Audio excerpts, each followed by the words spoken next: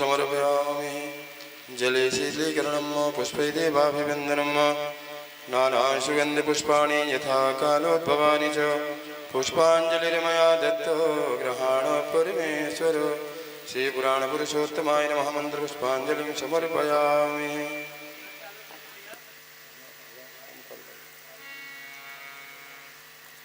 बोले यज्ञनारायण भगवान की। सभी आदरणीय बंधुओं से मेरा विनम्र निवेदन है कि मंच के नीचे अपना स्थान ग्रहण कर लें।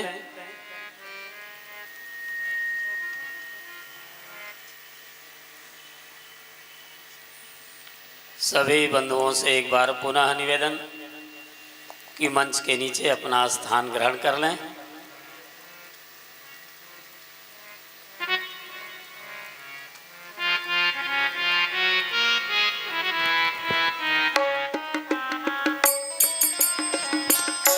प्रबंधक जो इस कार्यक्रम के हैं, मैं उनसे आग्रह करूंगा कि पूज्य महाराज जी का माल्यार्पण कर और स्मृति चिन्ह प्रदान कर उन्हें सम्मानित करें।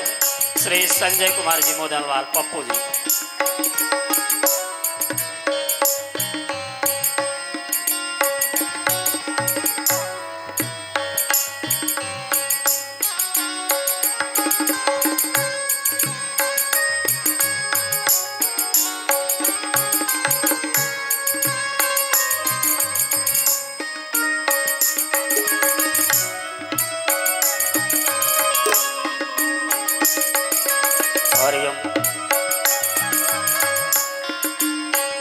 पूज्य महाराज जी से मेरा एक निवेदन है कि कल आपने एक चर्चा किया था कि गणेश जी एक हेडिंग बता देते हैं और उसी पर आगे चलते हैं। मैं निवेदन करना चाहूँगा कि उस हेडिंग को वही हल कर सकता है जो योग्य विद्यार्थी हो, और चालक भले ही गाड़ी चला कर दे दे, लेकिन आगे चलाने वाला यदि यह नहीं जानता कि गाड़ी को कहाँ ब्रेक लगाना है, कहाँ कौन सा गियर लगाना है, कहाँ रुकना है, कहाँ क्या करना है, तो वह गंतव्य तक ठीक नहीं पहुंचा सकता है। तो पूज्य महाराज कहाँ रुकना है, कहाँ कौन सा गियर लगाना है, ये आप ही जानते हैं। उसमें हमारा कोई सहयोग, हमारी कोई भूमिका नहीं है। वह ये निवेदन करना चाहता था। जैसी कि चर्चा पहले ही हो चुकी है कि आज माया और ब्रह्म दोनों के मिलन की कथा होगी, अर्थात श्री राम और जानकी के विवाह की कथा होगी। उससे पूर्व ही ते ही अवसर आए दो भाई, गए रहे देखन फुलवाई। विश्वामित्र के साथ राम लक्ष्मण जब जनकपुर में प्रवेश किए थे तो फुलवारी देखने गए थे। उन्हें देखकर महाराज जनक के मन में आता है, इन्हीं विलोकत यति अनुरागा, बरबस ब्रह्म सुख ही मन त्यागा। ऐसा उनके मन में आता है। और कहाँ रोका महाराज जनक ने उनको, सुंदर सदन सुखद सब काला, जो हर काल में सुखद था, जाड़ा गर्मी बरसात सभी में, अर्थात वह वातानुकूलित था, एयर कंडीशन था। यदि ऐसा कहा जाए तो शायद यह अति सहयोगती नहीं होगी। गिरजा पूजन के लिए जगत जननी माँ आती हैं, जय जय जय गिरिवर राज किशोरी प्रार्थना करती हैं और उनकी प्रार्थना स्वीकार हो जाती है। माता पार्वती उनको आशीर्वाद दे देती हैं कि सुन सी सत्य आशीष तुम्हारी, पूजे ही मन कामना तुम्हारी, ऐसा आशीर्वाद उन्हें देती हैं। सभी राजा लोग वहां महाराज जनक के दरबार में आए हैं। कई बार प्रश्न उठता है कि महाराज जनक ने सभी को निमंत्रण दिया, लेकिन महाराज दशरथ को क्यों नहीं दिया।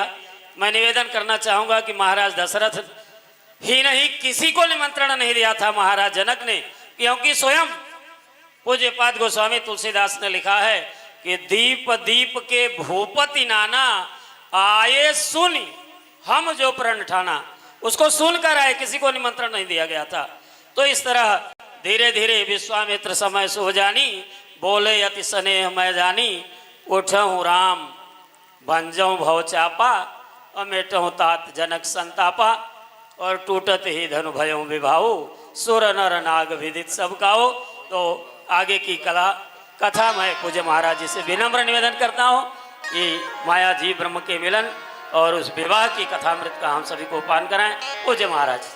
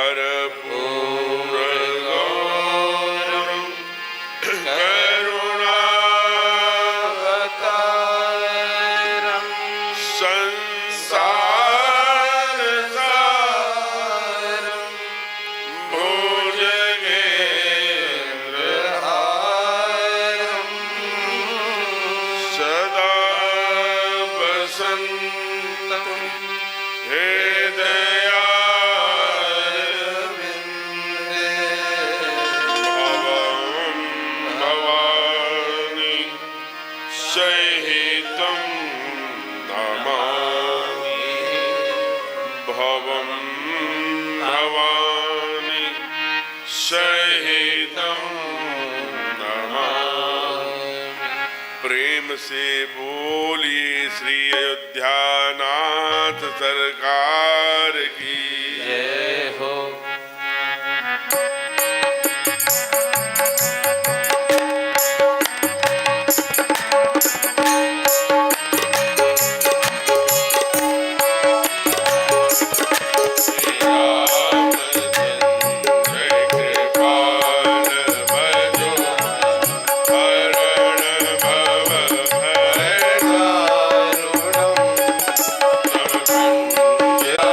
Ram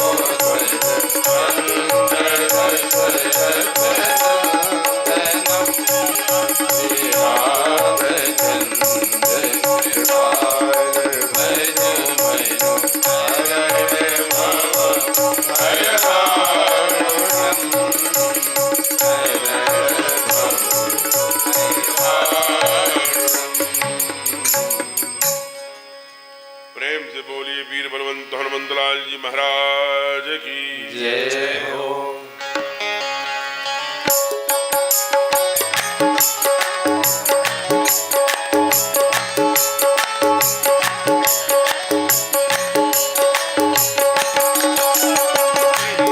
चरण सरोज रज निज मन मुकुर सुधार करनाहु रघुबर विमल यश जो दायक फलदार दीन धन जानिके सुमिरहु पवन कुमार बल बुद्धि विद्या देहु मोहि हरहु कलेश विकार घड़ी आदि घड़ी आजो में दुनिया तुलसी संगत साधते हरण कोटि अपराध सब द्वारन को छाड़ते आयो तेरे द्वार जनक राज की लाडली नगरी और न्यास श्री राधा मेरी स्वामिनी मैं राधे को दास जन्म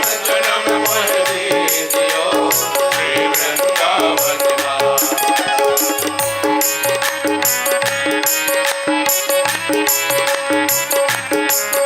श्री राधे राधे गोविंद गोविंद राधे श्री राधे राधे गोविंद गोविंद राधे श्री राधे राधे गोविंद गोविंद राधे श्री राधे राधे गोविंद गोविंद राधे श्री राधे राधे गोविंद गोविंद राधे राधे राधे गोविंद गोविंद श्री राधे राधे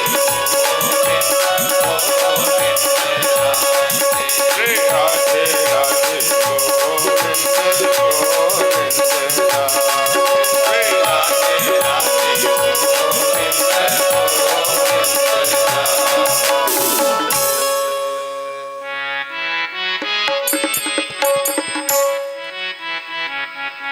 श्री राधे राधे सादर शिवहि नाय अवमाता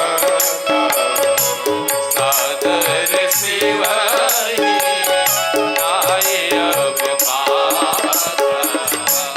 करनाहु श्रीसद राम गुण गाथा करनाहु श्रीसद राम गुण गाथा जय जय गिरिवर जय जय गिरिवर राज किशोरी जय महेश मुख चंद चकोरी जय महेश मुख चंद चकोरी जय गजबदन शरानन माता जय गजबदन शरानन माता जगति जननी लोकदाता जगति जननी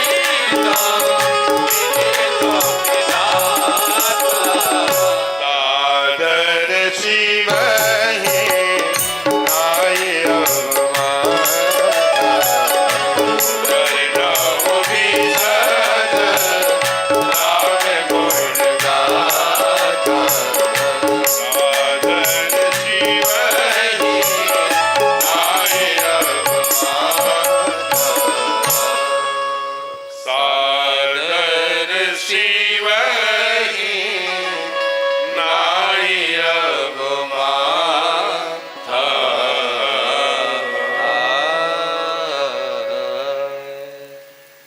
प्रेम से बोलिए राघवेंद्र सरकार की जय हो। उमापति महादेव की जय हो। पवन सुत हनुमान की जय हो, आज के आनंद की जय हो, अपने अपने सदगुरुदेव भगवान की जय हो, यज्ञ भगवान की विराजित माँ पार्वती भोलेनाथ सरकार की जय हो, बाबा काशी विश्वनाथ सरकार की जय हो। नमः पार्वती पदय हर हर हर महादेव शंभो। आइए आज हम सभी खष्टम सत्र यानी छठे दिवस की कथा लेकर श्रवण कहने सुनने के लिए यहाँ एकत्र आए हैं। सर्वप्रथम नित्य औपचारिक क्रम में उद्बोधन के क्रम में हमारे बड़े ही यशस्वी और ठीक से शास्त्रों को अध्ययन करके समाज के आने वाली पीढ़ी को राष्ट्रभक्ति, राम भक्ति, माता पृथ्वी पुत्रोहम पृथिव्याः के साथ साथ जीवन में संपूर्ण प्रकार की जिम्मेवारी वाले कंधे कैसे निर्माण हो सके, ऐसे कंधों के निर्माण में लगे परम तेजस्वी मंच के संचालक श्रीमान गणेश जी,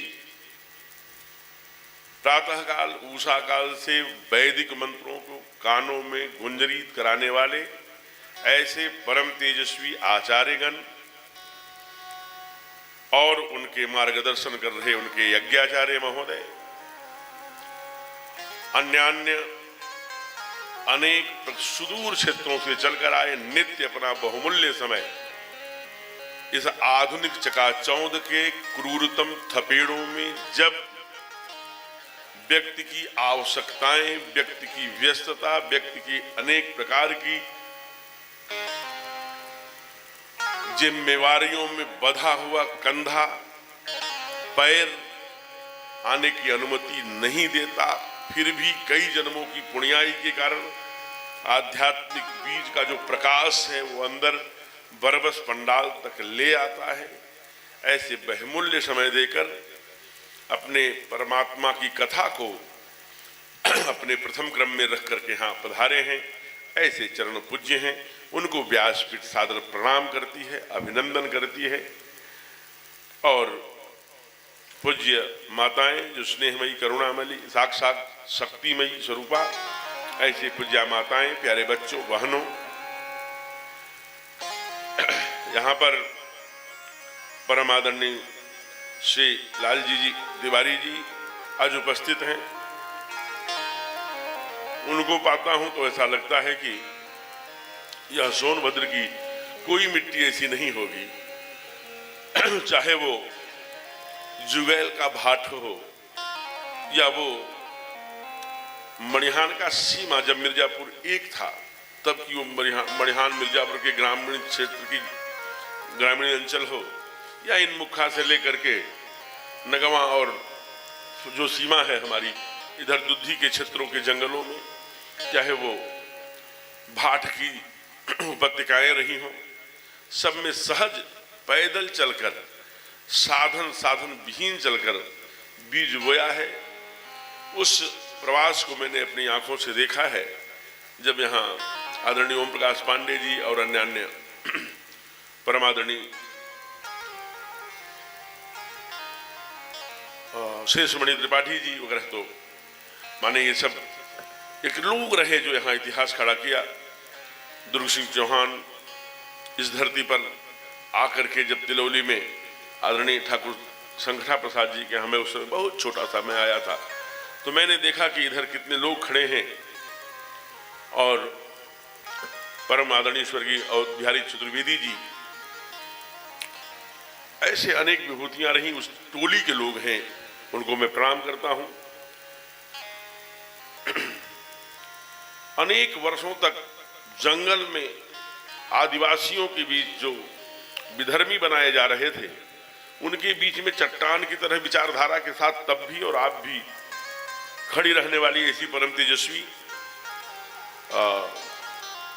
बहन रूबी प्रसाद जी आज आई हैं, विधायिका रहीं और बड़ी तेजस्वी हैं। अभी कई जिम्मेवारी संगठन की है अपने आप के ऊपर, और लखनऊ केंद्र होते हुए भी यहाँ चंदौली से लेकर सोनभद्र दिया क्षेत्रों में, वनांचलों में बड़ा कार्यक्रम किया और बड़ा सघन प्रवास, बड़ी पहचान बनाई।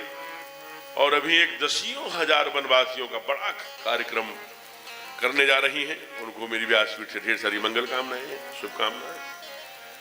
और ऐसे सभी जिनका मैं क्रमशः नाम लूंगा तो कहीं न कहीं समय का ही वो होगा, ऐसे बंधुओं को मैं सादर व्यासपीठ से प्रणाम करते हुए कथा क्रम में जुड़ने के लिए सादर आग्रह करते हुए आइए कल के क्रम के आगे। कल हम लोगों ने भगवान का बाल चरित्र सुना था, कैसे चलते हैं माँ के पिता के साथ, मिट्टी के साथ, भूसर धूरी भरे तन छाए, चंदन है इस देश की माटी, हम लोगों ने गीत गाया था। फिर शिखा की बात किया। कल गोविंद ने बहुत सुंदर माँ से उलाहना किया, मैया कबहू बढ़ेगी चोटी, इतने दिन मोह दूध पीवत भय, ये अजहू है छोटी। परमात्मा भी चोटी की बात करता है। चोटी, चंदन, तिलक, धोती कुर्ता, हमारी मिट्टी, हमारी संस्कृति, हमारी गंगा, हमारी गायत्री, यही हमारी सनातन की पहचान है। बाल जीवन से ही परमात्मा ने इसकी रक्षा करी। और जब गुरुकुल से आए तो माता पिता गुरु नाम महिमा था, प्रातःकाल उठ के रघुनाथा, आयस मांग करहि पुर काजा। पिता से बिना अनुमति लिए कोई कार्य नहीं करते, माता पिता से अनुमति लेते हैं, गुरु से अनुमति लेते हैं। इस पर लंबा विस्तार से हम लोगों ने चर्चा करी थी और सुंदर ब्रह्मांड रूप को दिखाया मुख में माँ को, वो भी हम लोगों ने कल वर्णन किया था। ऐसी ही सुंदर लीला कर रहे हैं कि तभी एक घटना घट रही है, मानसकारों से बड़ा सुंदर स्वरूप दे रहे हैं। अयोध्या से लगभग 270 किलोमीटर दूर जो आज अवध है, जब आप आर्यमगढ़ से होकर के आगे बलिया, बलिया से इधर काशी आएंगे, काशी से पंडित दीनदयाल नगर जो आज का है उसी पर जाइए। पिछले की चर्चा क्यों था, क्या था, नाम उस पर मत जाइए। तो उधर से आगे जाएंगे तो एक बक्सर स्थान है। बक्सर स्थान पर एक ऋषि रहता है जिसका नाम विश्वामित्र है। अब विश्वामित्र सुनकर ये ध्यान में आता है कि विश्व माने संसार, मित्र माने दोस्त, मित्र शुभ मंगल चाहने वाला, ऐसा मित्र जो दुनिया का कल्याण चाहने वाले हैं, ऐसे ऋषि हैं। उनका नाम विश्वामित्र है। रहने वाले वो गाजीपुर के हैं, जो आज का अपभ्रंश होकर के गाजीपुर बन गया, गाजियों के, मुगलों के आक्रमण के बाद। वैसे हो गाजीपुर, ये उनके तीसरे नंबर के बड़े ही क्रांतिकारी स्वभाव के बच्चे थे, बड़े तेजस्वी थे। और पिताजी से कह करके गए कि मैं अपना केंद्र आपके साथ न रह करके मैं एक अलग खड़ा करूंगा। और उन्होंने बक्सर में खड़ा किया और उनके आश्रम का नाम है सिद्धवाड़ी आश्रम। बड़ा ही वहां हजारों ऋषि मुनि रोज अन्वेषण करते हैं, नई नई विद्याओं का शोध करते हैं, जिससे सृष्टि क्रम में ठीक ठाक चले। विश्व के मित्र हैं, इसलिए विश्व के कल्याणार्थ बड़े बड़े अनुसंधान करते हैं। उनका परिचय कराते हुए आज की कथा प्रारंभ हो रही है। उनका परिचय पूज्यपाद ने कराया है। आइए इन दो चौपाइयों के माध्यम से उनका परिचय हम लोग गाते हैं। क्या?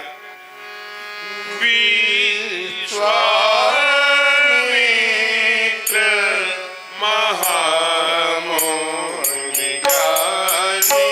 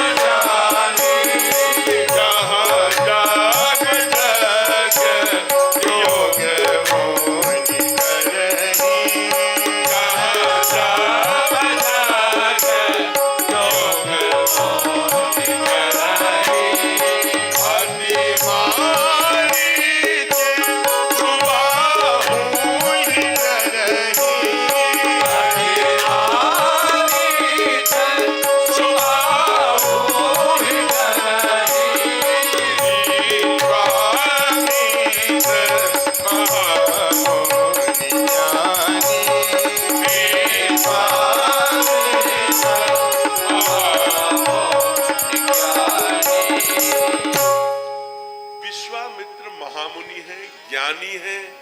कहाँ कहाँ रहते हैं? कहा बसहि विपिन, जंगल में। कहा क्यों? कहा दुनिया के कल्याण करने के लिए, मंगल, शुभ माने मंगल की कामना लेके बसहि विपिन शुभ आश्रम जाने। क्या करते हैं? ये ऋषि है विश्वामित्र, ऋषि का, संत का, योगी का, महात्मा का, महंत, मठ पुजारी का क्या काम है? कहा 3 काम है। क्या? कहा जप, यज्ञ और योग, ये 3 काम ये करते हैं। क्या? कहा है 3 करते हैं। कहा विश्वामित्र महामुनि ज्ञानी बसहि विपिन शुभ आश्रम जानी। और क्या करते हैं? कहा जहां जप यज्ञ योग मुनि करे। मुनि का यही काम है, यज्ञ करना, योग करना और जप करना। तो कह रहे हमारा तो फिर समस्या क्या है? समस्या यह है कि ये जो तीनों अनुष्ठान हैं, जप तो मानो चुपचाप कर लेते हैं कमरे में परमात्मा से जुड़ने के लिए, जो अष्टम चक्र बताया गया, यम नियम संयम, वो चारों समाधि तक चले जाते हैं। योग भी अकेले परमात्मा से जुड़ जाते हैं, समाधि के बाद की क्रिया है। लेकिन ये यज्ञ जो है वो कमरे में नहीं हो सकती। यज्ञ के लिए प्रांगण चाहिए और यज्ञ के लिए एक निश्चित अनुष्ठान है, और सारे ऋषि मुनि मंडल बाहर कर रहे हैं। वहां 2 प्रकार की ये राक्षस हैं, एक का नाम मारीच है, एक का नाम सुबाहु है। ये दोनों यज्ञ को पूरा नहीं होने देते, इसलिए उनके आतंक से विश्वामित्र भी डरते हैं। अति मारीच सुबाहु ही डरते हैं। अनेक प्रकार के कुछ ऋषियों को प्रहरों पर लगा के बहुत यत्न कर लिया, लेकिन यज्ञ पूर्ण नहीं होता। जबकि हमारे यहाँ शास्त्र कहता है कि किसी भी अनुष्ठान के लिए 5 बातें आवश्यक है। एक काल कैसा है, दूसरा स्थान कैसा है, तीसरा संकल्प किसका है, चौथा धन कैसा है जो उसमें लग रहा है, और 5वां भावना कैसी। तो ये 5 उत्तम है। उत्तम काल में ऋषि हैं, ज्ञानी हैं। विश्वामित्र महामुनि ज्ञानी, अज्ञानी से काल की गणना या स्थान की सिद्धि बाड़ी है जो सिद्धि प्रदान करती है। फिर क्या बात है? फिर अनुष्ठान क्यों नहीं होता? धन भी गौशालाओं का है, ऋषियों के दक्षिणा का है, परिश्रम का है, फिर अनुष्ठान क्यों नहीं पूर्ण होता? तो ध्यान में आया कि जहां 2 वृत्तियां रहेंगी, मारीच और सुबाहु, वहां कोई अनुष्ठान पूर्ण नहीं होगा। ये सब के अंदर है। मारीच क्या है? छल है, कपट है। आपको कैसे पता? कहा पता है। कहा कैसे? कहा जब रावण आता है, कहता है कि तू मृग बनेगा कि तुझे मार डालूं, तो उसके मन में एक विचार आता है। उसके मन की गति को गोस्वामी पाद ने मानस में लिखा कि मन में उसने सोचा कि इसके हाथों से मरना अच्छा है, परमात्मा के हाथों से मरकर मैं मुक्ति पालूंगा। लेकिन ये उसका दिखावा था। मन के अंतस्थल में भी जो सोच आई वो भी कपटपूर्ण थी। आप कहेंगे कैसे? क्योंकि जब ठाकुर ने बाण मारा तो मारीच ने निभाया किसकी? वहां तो रावण तलवार लेके नहीं खड़ा था, निभाया रावण की। अब वो पहले हा लक्ष्मण मैं बहुत संकट में हूं ऐसा बोलता है, फिर मनमह सुमिरे श्री भगवान, मन में परमात्मा का नाम लेता है, निभाया रावण की। इसीलिए बाबा से नहीं रहा गया, उन्होंने कह दिया तब मारीच कपट मृग भयउ, कपटी है, इसलिए कपट का रूप धारण किया। और जो कपट है डंडा ठोक के ठाकुर कहते हैं क्या? निर्मल मन जन सो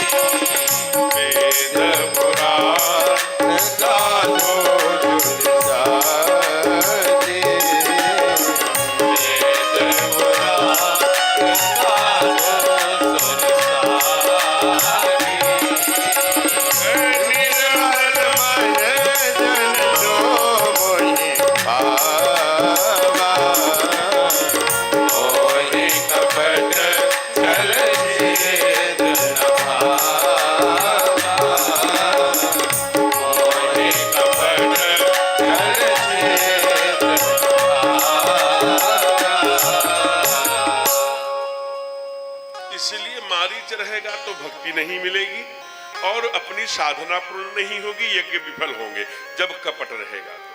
तो कपट रूपी मृग मारीच का वध आवश्यक है, या उसका निवारण आवश्यक है, या उसका उपाय कोई न कोई परमात्मा को करना पड़ेगा, ऐसा विचार करना पड़ेगा। ठीक है, अपने बाहों पर ही मैंने किया, मैं जैसे दक्ष ने किया। जब मैंने कल निवेदन किया था कि जहां अहंकार होंगे वहां ओंकार नहीं होंगे, और जहां ओंकार होंगे वहां अहंकार नहीं होंगे, इसलिए सुबाहु अहंकार का प्रतीक है। तो जब ये घटनाएं होने लगी तो नीचे चौपाई बाबा ने लिखा, गाधी तनय मन चिंता व्यापी,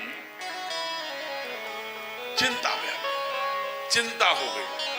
तो देखिए इतने बड़े ज्ञानी हैं, गुरु हैं, मार्गदर्शक हैं, यज्ञ के स्वयं यज्ञाचार्य हैं। जब चिंता हुई तो ऋषि उनके जो और आचार्य थे, जो उनके सानिध्य में, संरक्षण में, मार्गदर्शन में सुंदर वेद पाठी ब्राह्मण थे, क्या मोटे मोटे जनेऊ सिखा रखे। कहा गुरुदेव मैं कुछ बताऊं? कहा क्या बताओ? कहा हमने सुना है, आप तो ज्ञानी हैं, हमने सुना है कि चिंता से चतुराई घटे, दुख से घटे शरीर, चिंता से समाधान नहीं मिला करता। कहा फिर? कहा समाधान हमेशा चिंतन से मिला करता। और तुरंत विश्वामित्र जी बैठ गए, और बैठ करके क्या बाबा ने लिखा, ऋषिवर बैठ कर क्या किन्ह विचारा, विचार किया, चिंतन किया, समाधान मिला क्या? कहा अगली पंक्ति लिख दिया ना, हरि अवतरे हरनि में ही भारा, समाधान मिल गया। इसलिए ये निष्कर्ष आया कि चिंता से समाधान नहीं मिला करता, चिंतन से मिला करता है।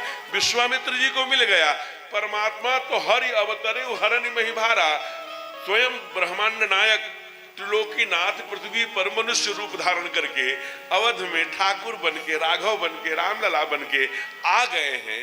अब मेरे सारा काम छोड़कर उनको ही ले आएंगे, ये दोनों वृत्तियां समाप्त होगी, अनुष्ठान पूर्ण होगा, विश्व का कल्याण होगा, मेरा नाम विश्वामित्र सार्थक होगा। यह समझ करके चल पड़े, लेकिन चलते समय एक छोटा सा संकल्प कर लिया। लोगों ने कहा क्या संकल्प किया गुरुदेव? कहा मैंने ये संकल्प किया है, यही मिश देखो पद जाई, कर बिनती आनो दो भाई। तो कहा जब जाएंगे ही 250 किलोमीटर से ऊपर, इतनी दूर पैदल यात्रा करेंगे, अवध जाएंगे, तब जाएंगे तो राजीव नयन धरे धनुषायक भगत विपत सिंह के समान जिनके कंधे हैं, राजीव नयन हैं, जब धनुष बाण रखते, आजान भुजतर चाप धर संग्राम जित कर दूषणम, घुटने के नीचे तक भुजाएं हैं। उस ठाकुर को पूरा देख करके आइएगा। नहीं, मैं तो पद्मों का पद्मों में, ऐसा का पद्मों में है कि यही मिश देखो पद जाई, कर बिनती आनो दो भाई। केवल जा करके उनके पाद पद्मों का दर्शन करके आ जाओगे ऋषिवर। कहा कि देखो एक बात बताएं। कहा परमात्मा के पाद पद्मों में जिसकी नजर लग गई, मन लग गया, चिंतन लग गया, दृष्टि लग गई, जिसको पाद पद्म प्रभु के दिख गए, तो कुछ दिखना बाकी नहीं है। सारा संसार, सारा सुख ऐश्वर्य, सारी संपदा, सारा यश प्रतिष्ठा, सारी मंगल कामनाएं, सारी शुभ कामनाएं, संपूर्ण सृष्टि का मंगल में जो मंगलकारी जो योजनाएं हैं, मंगलकारी जो कारक है, वो सब परमात्मा के पाद पद्मों में है। कहा को तो हम लोग तो नहीं जानते। कहा चलो मैं यहाँ के अवध की यात्रा भी करता रहूंगा और पाद पद्मों की उनके मैं आपको सुंदर क्या क्या उनके पाद पद्मों में है ये भी बताता रहूंगा। चल पड़े। क्या बता रहे हैं? है करामात क्या इनके जय चरणों की रज है, करामात क्या इनके चरणों की रज में, कि जाकर के गौतम की नारी से पूछो, जाकर के गौतम की नारी से पूछो, करामात क्या इनके चरणों की रज में, करामात क्या इनके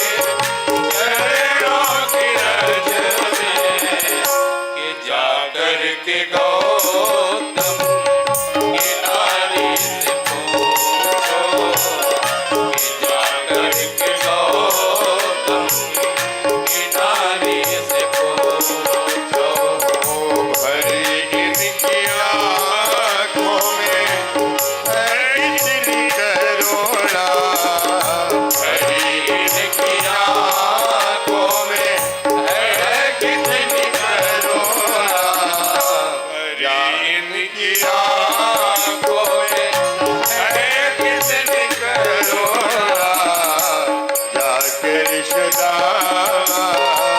तुम्हारी से भिखारी नहीं, भिखारी। जाकर सदा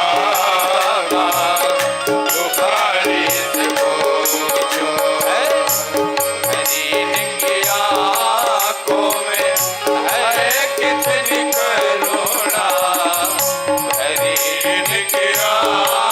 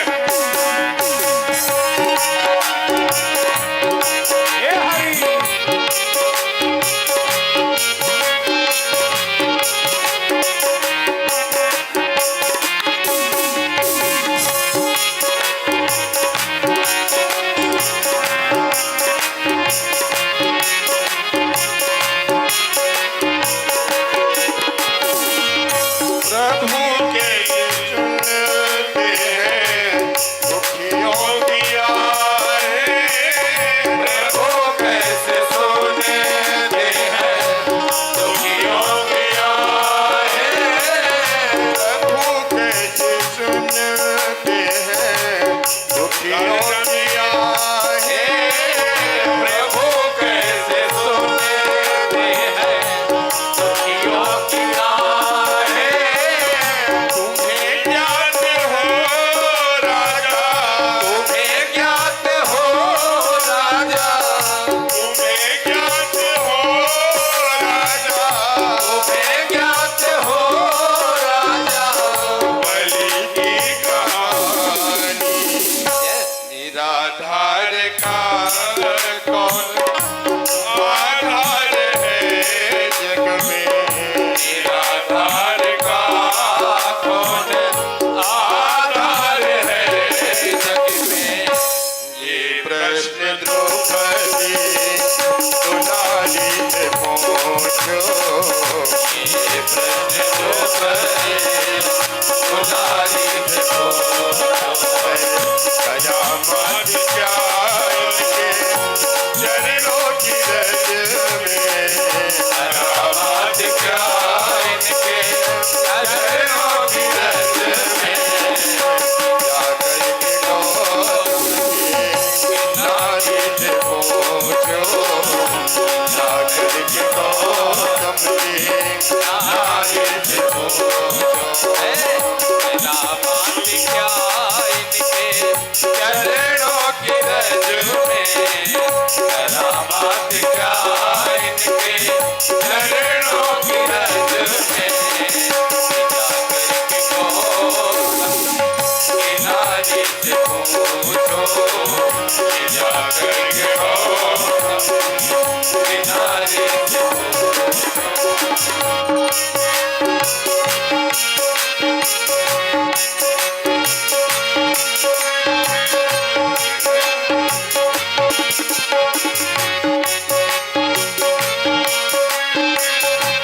क्षमाशीलता इनमें कितनी भरी है। क्षमाशीलता इनमें कितनी भरी है।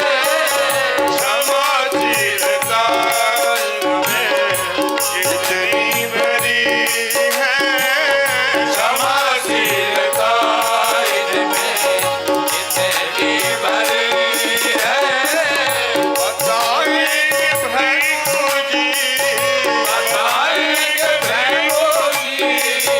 बताएंगे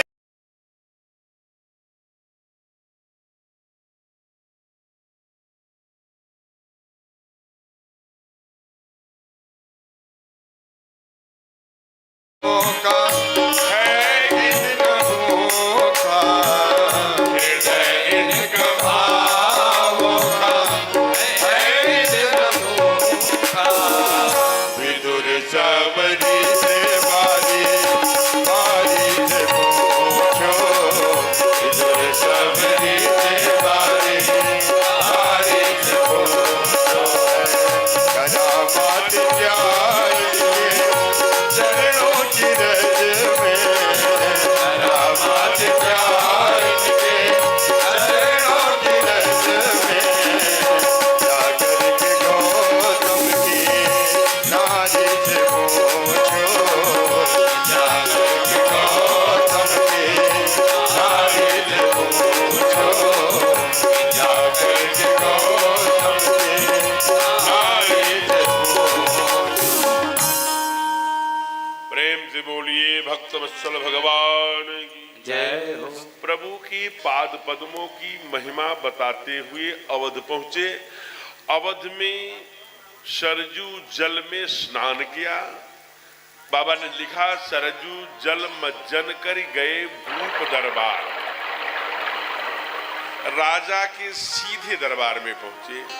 सारे गलियारे सारे चौक अवध के देखे हुए हैं। जब हरिश्चंद्र जी राजा थे तो एक बार आए थे, इसलिए अवध से परिचित हैं। कहाँ सिक्योरिटी है, कहाँ पूछना है, कहाँ प्रवेशिका बनेगी, कहाँ आई कार्ड बनेगा, कहां से समाचार दूत में राजभवन तक ले जाएगा, सीधे भूप दरबार में। प्रहरी ने आकर के चक्रवर्ती जी के दरबार में कहा, महाराज की जय हो। दरवाजे पर विश्वामित्र जी खड़े हैं। एक बार बहुत सुंदर संत भाव देते हैं कि राजा के मन में थोड़ा कंपन हुआ, कांप गए। गुरुदेव में कह रहा था कि राम के आगे चंद्र मत लगाओ। जब भी हमारे किसी भी राजा के नाम के आगे चंद्र लगाया जाता है तो विश्वामित्र आ जाते हैं। देखिए हरिश्चंद्र लगाया गया था, तब आए। फिर उसके बाद न खड्गबाहु में आए, न अंशुमान में आए, न रघु में आए, न दिलीप में आए, न अज में आए, किसी में नहीं आए। जब चंद्र फिर लगा, फिर आ गए।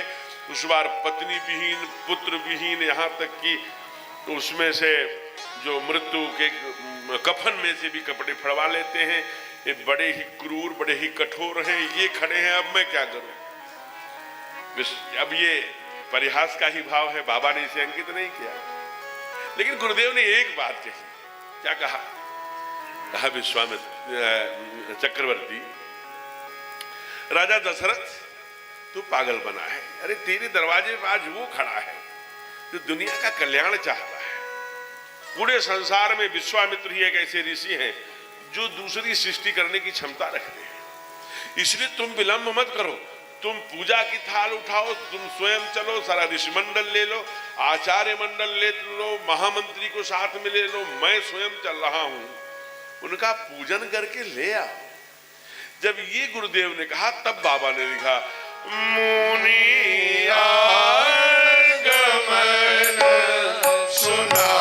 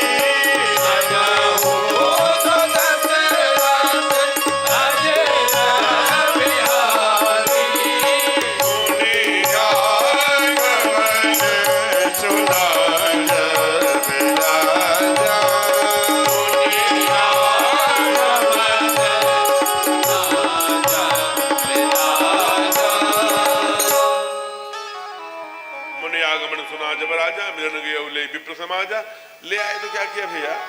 सादर चरण सरोज विविध भांत। कहा महाराज क्या किया? विविध भांत भोजन करवावा। कहा क्यों करवाया? कहा ये पंडित जी बन गए हैं, ये ब्रह्मर्षि बन गए हैं, और भोजन ठीक से कराओगे तभी ये प्रसन्न होंगे। इसलिए बड़े भाव से पकवान खिलाकर, जब व्यवस्थित नहीं किया आते ही क्या नाम है, क्या काम है, ऐसा नहीं किया। पहले स्वागत किया, पूजन किया, विविधि भात की पकवान कराई, अपना ही सिंहासन छोड़कर अलग खड़े हो गए। भोजन वोजन करके जब बढ़िया से कुछ स्वर्ण थाली में इलायची लौंग आदि का जब सेवन कर लिया, वशिष्ठ जी ने सुंदर हाल चाल, सब कैसा आश्रम, कैसी व्यवस्थाएं, सब पूछ लिया होगा। फिर धीरे से राजा दोनों हाथ जोड़कर कहा, हे गुरुदेव, हे महामुनि, हे ब्रह्मर्षि, आपका आना अवध में क्यों हुआ है? ये हमारा बड़ा सौभाग्य है। आप बोलिए, आपके कहने में विलंब हो सकता है, लेकिन मुझे उसे पूर्ण करने में एक क्षण का भी विलंब नहीं लगेगा। कहूं सो करत, बोलिए क्या चाहिए? आपके बोलने में विलंब हो सकता है, मुझे पूरा करने में देर नहीं लगेगी। विश्वामित्र जी की आंखों में आंसू आ गए। धन्य हो, बिना रघुकुल का कोई ऐसा राजा इस पृथ्वी पर नहीं है जो बिना कारण जाने ये कहता हो कि गुरुदेव आपके कहने में देर होगी, लेकिन राजा दशरथ उसे अपनी जान देकर भी कहम तो करत न लाव बारा, के ही कारण आगमन तुम्हारा। बोलिए, मुस्कुराए, क्या बताऊं। अब देखिए, उन्होंने पहली बार कहा कि मैं कहने नहीं आया हूं, ऑर्डर देने नहीं आया हूं। समाज के लिए, समग्रता के लिए जीने वाला व्यक्ति कितना गिरता है, कितना टूटता है, कितना दैन्य होता है, कितना। भगवान कृष्ण ने अर्जुन को कहा तथा मानापमान यो शीर्षेत्सु सुख दुखेषु, 12वें अध्याय में जो 20 श्लोक प्यारे बहुत। अध्यष्टा सर्वभूतानां मैत्रेयः करुणीयो च निर्ममो निरहंकार सम दुख दुख चमी में ये 20 श्लोक बड़े कंठ करने लायक है। उसमें कहा निर्ममो निरहंकार, निरहंकार रूप से ऐसी ही आंचल फैला दिया। कहा हे राजन, आज मैं आज्ञा देने नहीं आया हूं, मैं आज याचक बन के आया हूं। किसके लिए? दुनिया के लिए, संसार के लिए, मानव मात्र के लिए, प्राणी मात्र के लिए। फिर बोला असुर समूह सतावहि मोहि, असुर समूह सतावहि मोहि, मैया जगिया यौन बिलोहि, मैया जगिया यौन बिलोहि, अनुज समेत देहोदर पुनाथा, अनुज समेत देहोदर पुनाथा, निश्चर मधुमय होवे सनाथा, निश्चर मधुमय होवे सनाथा, असुर समूह सतावहि मोहि, असुर समूह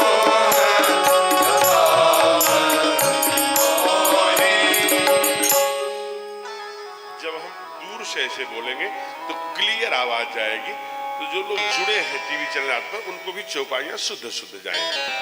किसी एक के लिए नहीं, समग्र के लिए सूचना है। तो मैं कह रहा था अनुज समेत दिए हूं रघुनाथा, निश्चर बध में हो बसना था, असुर समूह सतावहि मोहि, मैं याचन आयो, आज मैं याचना करने, भीख मांगने आया हूं कि दुनिया के कल्याण के लिए। जो ही मांग शब्द कही, याचना कही, इतनी बातें करने वाले चक्रवर्ती जी को भी आज पता नहीं क्या हो गया। एकदम महामुनि, ज्ञानी, ऋषिवर तमाम संबोधन भूल गए, सीधे आ गए। ए पंडित जी, अब पंडित जी पे विप्र वचन नहीं कहे विचार। ए पंडित जी, मांगने नहीं आता क्या? क्या मांग रहे हो? हैं? अब क्या 2 अक्षर का कोई चीज चाहिए क्या? रामो, तो मैं 7 चीजें 2 अक्षर की दे सकता हूं। जानते हैं क्या क्या? अभी विश्वामित्र मौन है। मांगहु धेनु भूमि धान कोसा, सर्वस देहु आज सहरोसा, देह प्राण ते प्रिय कछु नाही, सोमुन देहु निमिष एक माही। बोलिए क्या करें? लेकिन प्रभु, आपने क्या मांग लिया?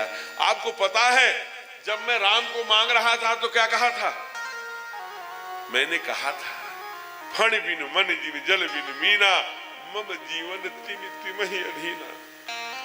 जैसे जल के बिना मछली नहीं जीवित रह सकती, मणि के बिना फणिधारी सांप अपना फन पीट पीट के मर जाता है। हे ठाकुर, जिस तुम मेरे आंखों से ओझल हो जाओ, मैं भी दुनिया में न रहूं। ये शरीर मेरा नहीं, मेरा प्राण मांगने आए हो, मुझे मारने आए हो। और सुत मोहि प्राण किनाई, लेकिन राम देत नहीं बनत गोसाई। राम कैसे दे दो?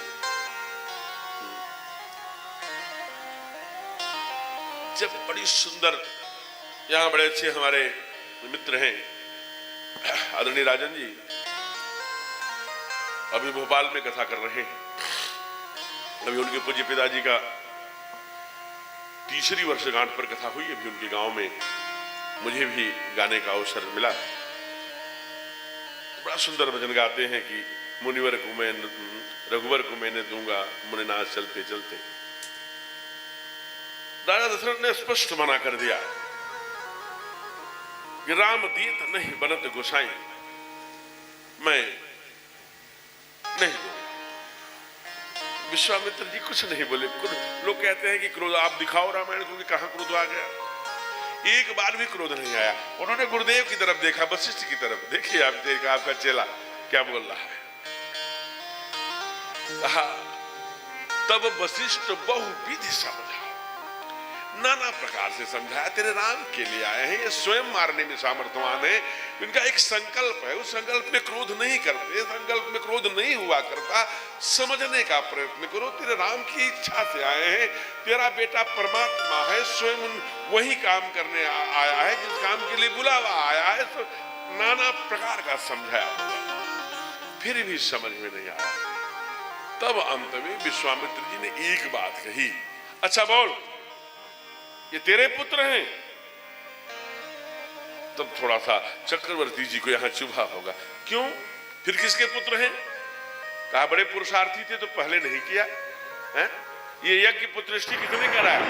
कहा श्रृंगी ऋषि ने। कहा आहुतियां किसने डाली? कहा गुरुदेव वशिष्ठ ने। कहा जब अग्नि प्रकट हुए तो हवि किसके हाथ में दिया? कहा गुरुदेव के हाथ में। इतने में भी तुम्हारे समझ में नहीं आता?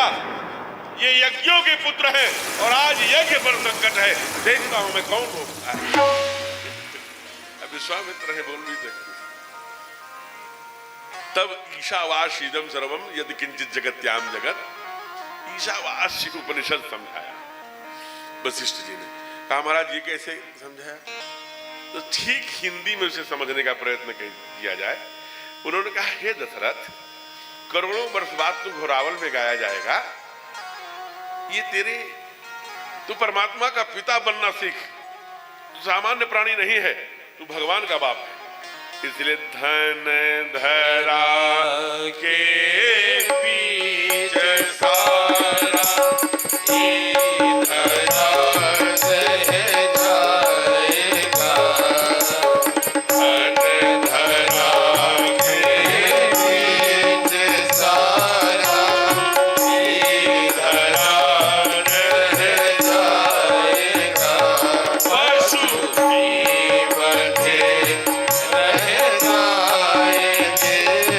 जब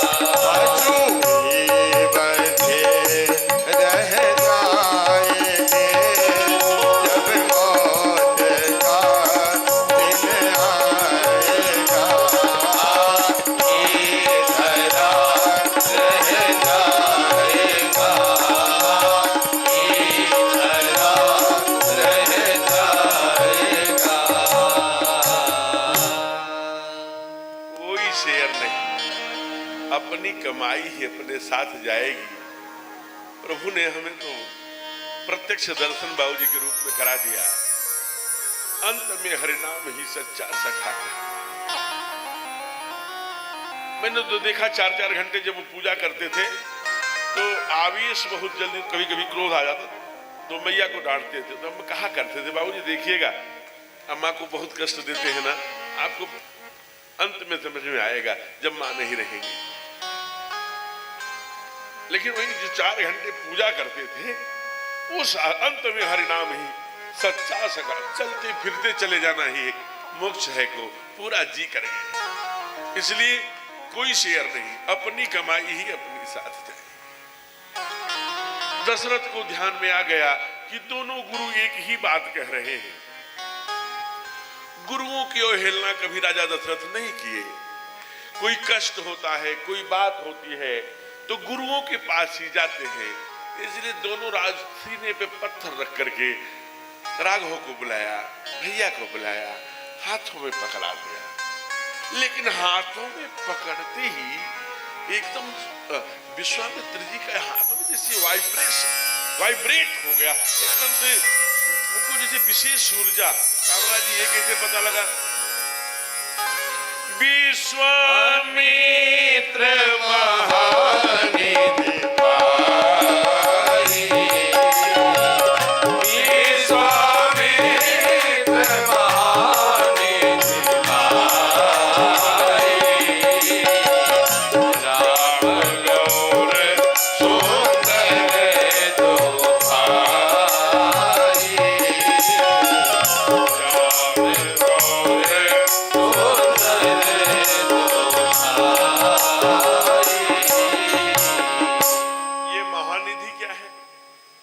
अष्ट सिद्धि नवनिधि के दाता असबर दीन जानकी माता, ये तो हमने सुना है।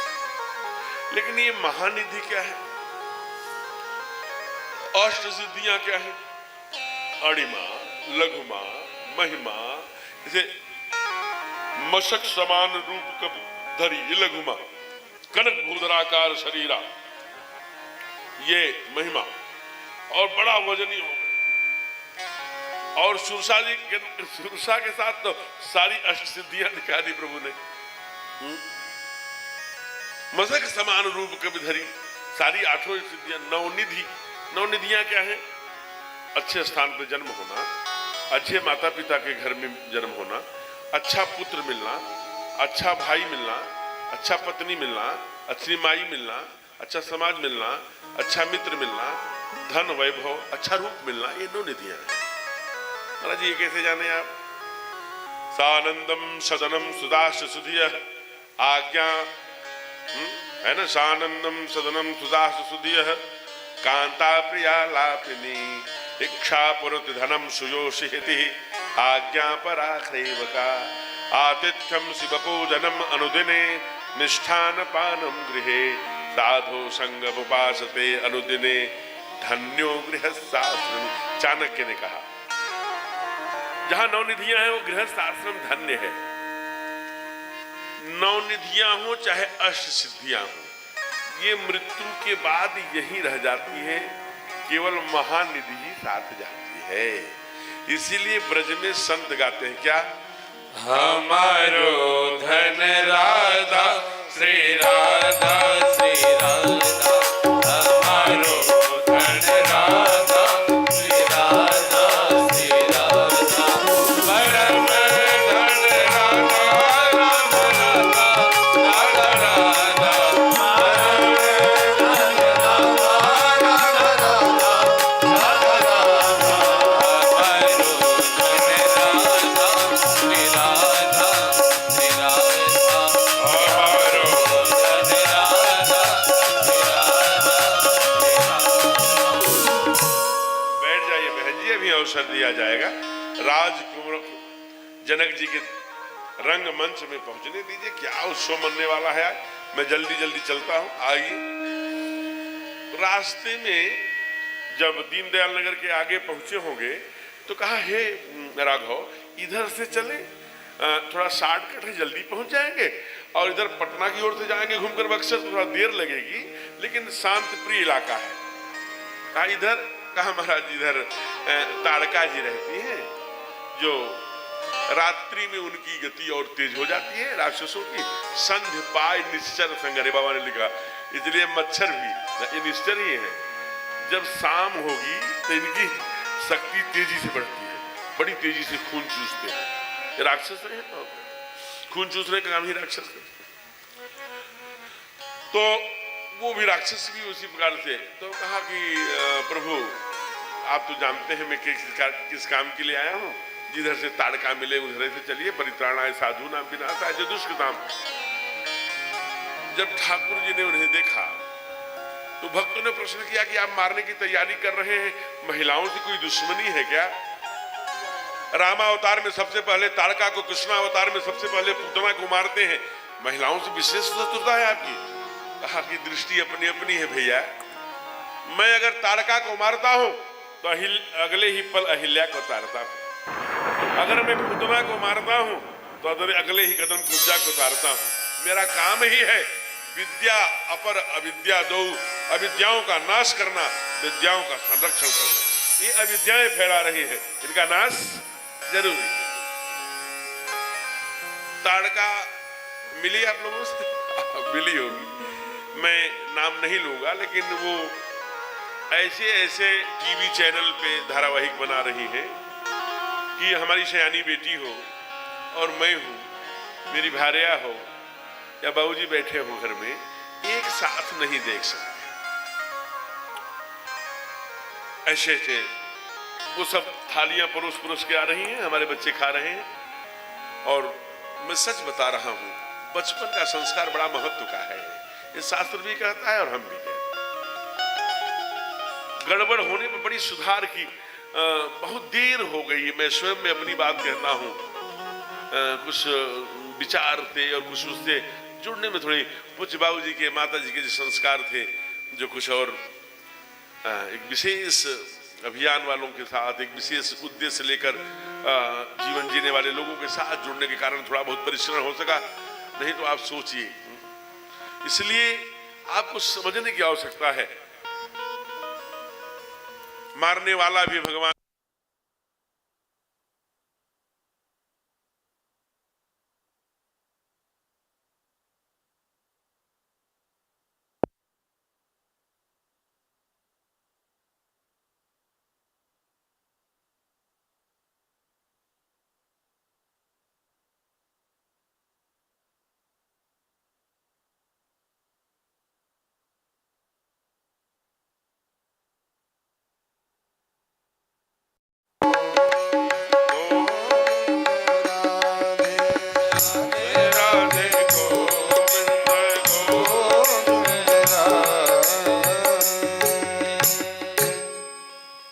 सिंह, चंद्रशेखर आजाद, मारने वाला भी भगवान पजाने, प्रहलाद जी पुरानी, तारे जमीन पर, झांसी की बाई, लक्ष्मीबाई, ऐसी तमाम फिल्में आ रही हैं। आपके बच्चे देखें, तेजस्वी। अगर आपको गूगल पर देखना ही है तो ऐसे ऐसे लिंक है जो बड़े बड़े स्पीचर, बड़े बड़े सुंदर व्याख्या करने वाले आज शोध करके सुंदर परिष्कृत वो ग्रंथों को पढ़ रहे हैं, उसको फिर बिंदुओं को नोट कर रहे हैं और सुंदर व्याख्या कर रहे हैं। आप पढ़िए, सुनिए। जैसे समय कहाँ है, टाइम कहाँ है, जैसे जैसे जिंदगी में ज्ञान भंडारण होता जाएगा, तो शंकराचार्य ने जी कहा, जब ज्ञान का भंडारण होगा तो दोषः विवर्जितः इति ज्ञानम, दोषों से मुक्त होते चले जाएंगे। इसलिए ऐसे धारावाहिकों से, ऐसे दृश्यों से आप बचिए। सीधी सीधी बात है, 2-2 4, जो चबाएंगे वही सटकेंगे। चावल चबाएंगे तो चावल ही सटकेंगे, रोटी चबाएंगे तो रोटी ही सटकेंगे। आंखों के द्वारा, कानों के द्वारा, वाणी के द्वारा, संगति के द्वारा जो भी प्राप्त होगा वही चिंतन में होगा, वही चिंतन में आएगा, तो उसी का चित्र बनेगा, और जिसका चित्र बनेगा वैसा ही चरित्र बनता चला। इसलिए भगवान ने देर नहीं करी, एक ही बाण में, एक ही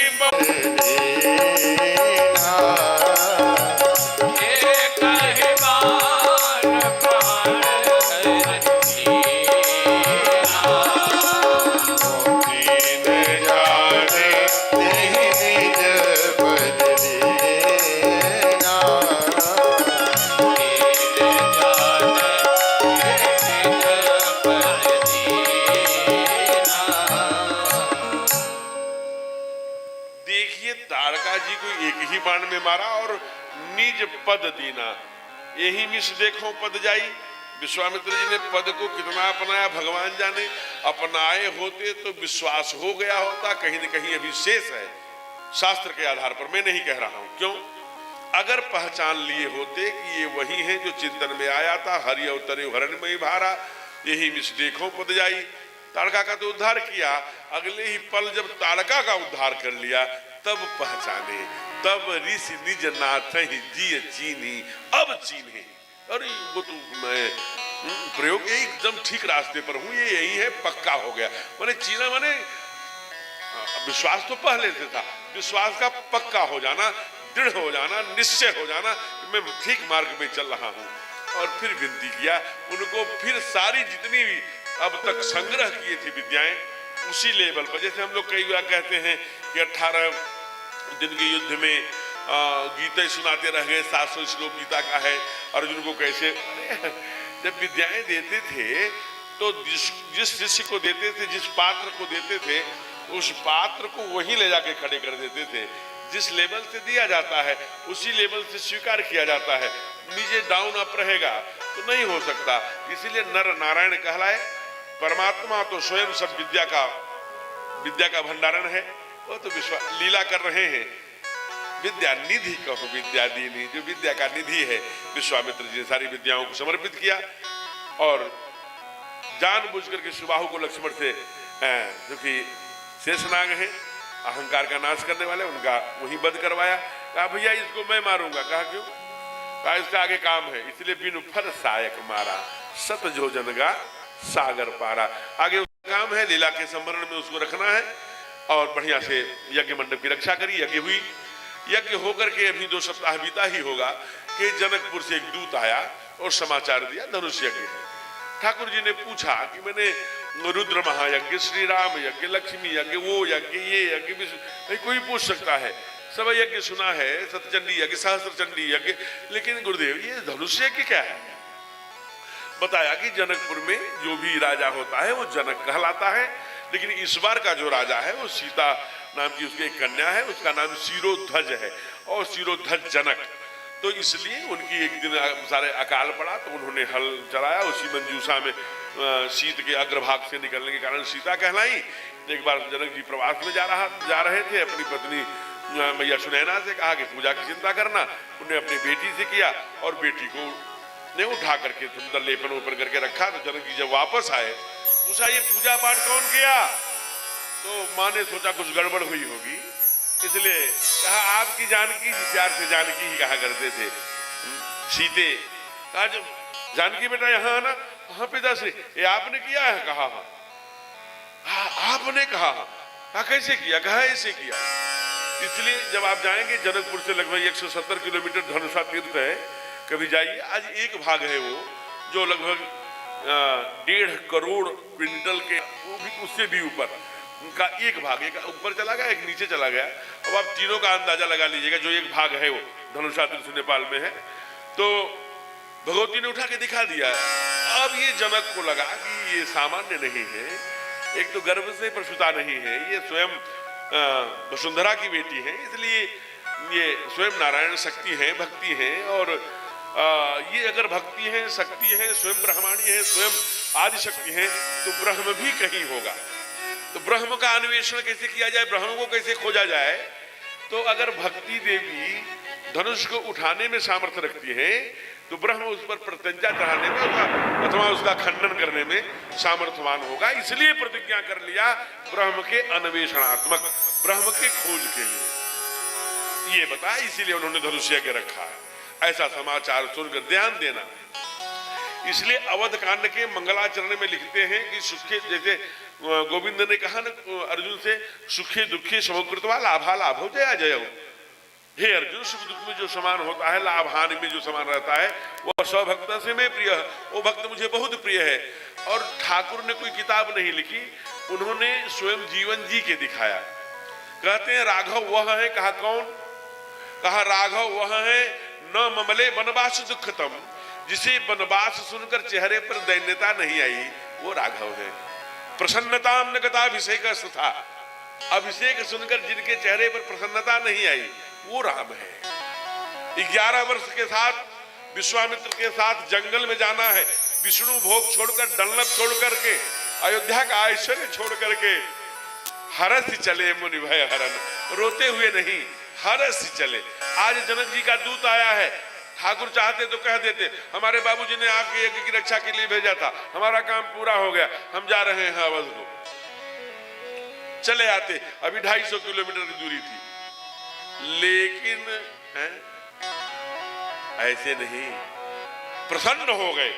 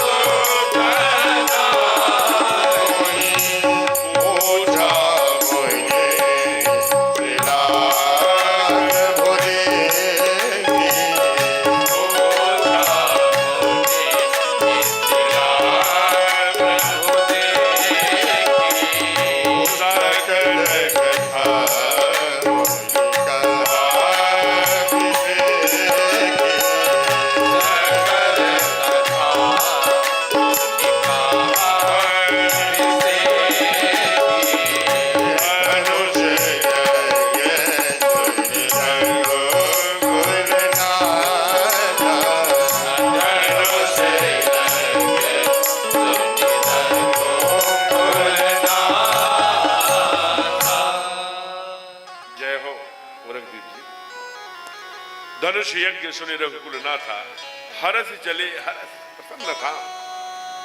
मुंह लटकाए नहीं जा रहे कि जबरदस्ती पीछे पीछे आगे गए। कहां? बक्सर, वहीं से नरकटिया जिले जाते और ध्रुव आश्रम जाते, सीधे नरकटिया जिले से नेपाल चले जाते।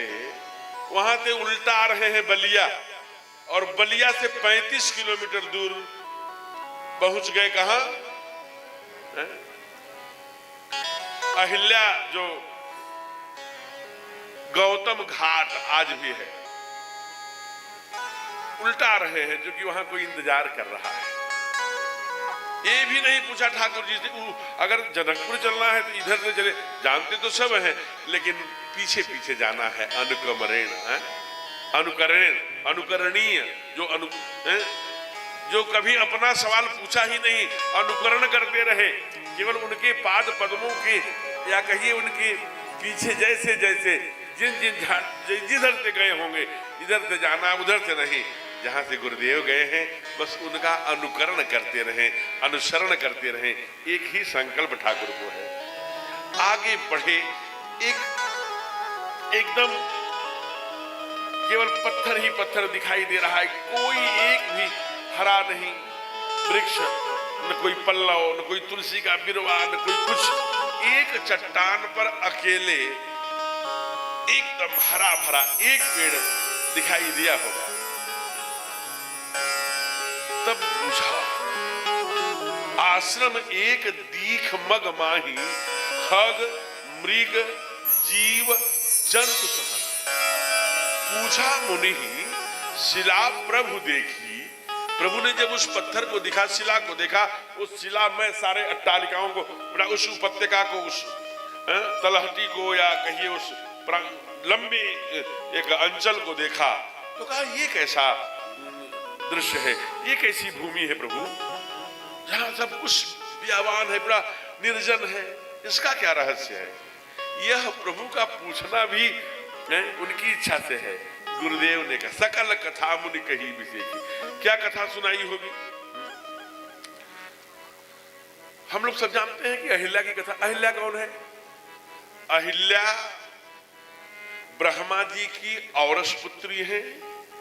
ब्रह्मा जी ने उनको इतनी गति, इतनी मति और इतनी विद्वता और इतनी सुंदर सुघड़ जीवन दिया है कि इंद्र, उसके सौंदर्यता पर इंद्र का आकर्षण हो गया और इंद्र ने शादी का प्रस्ताव ला करके स्वयं ब्रह्मा जी के, क्या आप अपनी बेटी की शादी हमसे करेंगे?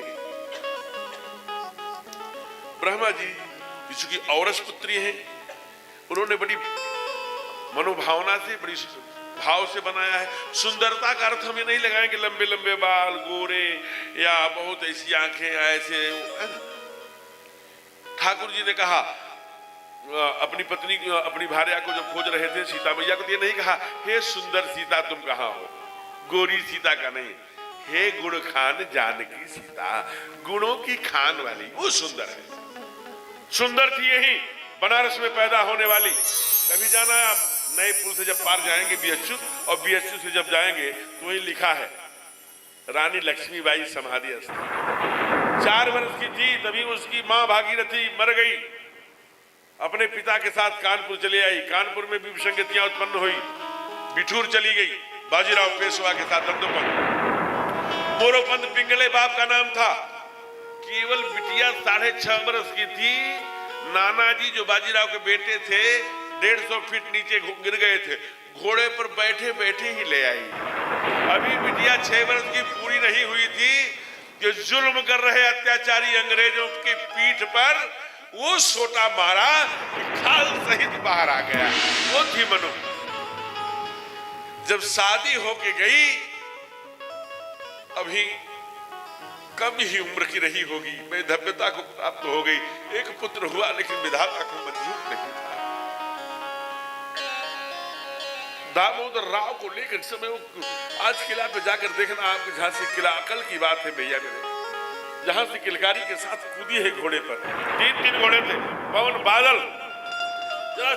घोड़ों से इस गंगा जी पर कोई बांध नहीं था, तब 15 किलोमीटर तैर के जाती थी और 15 किलोमीटर तैर के आती थी।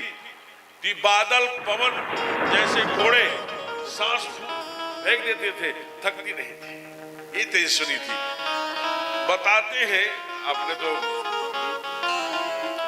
स्वाध्यायी लोग बैठे हैं कि दामोदर राव को बांध कर बच्चे को 1 मिनट में 60 सेकंड होते हैं।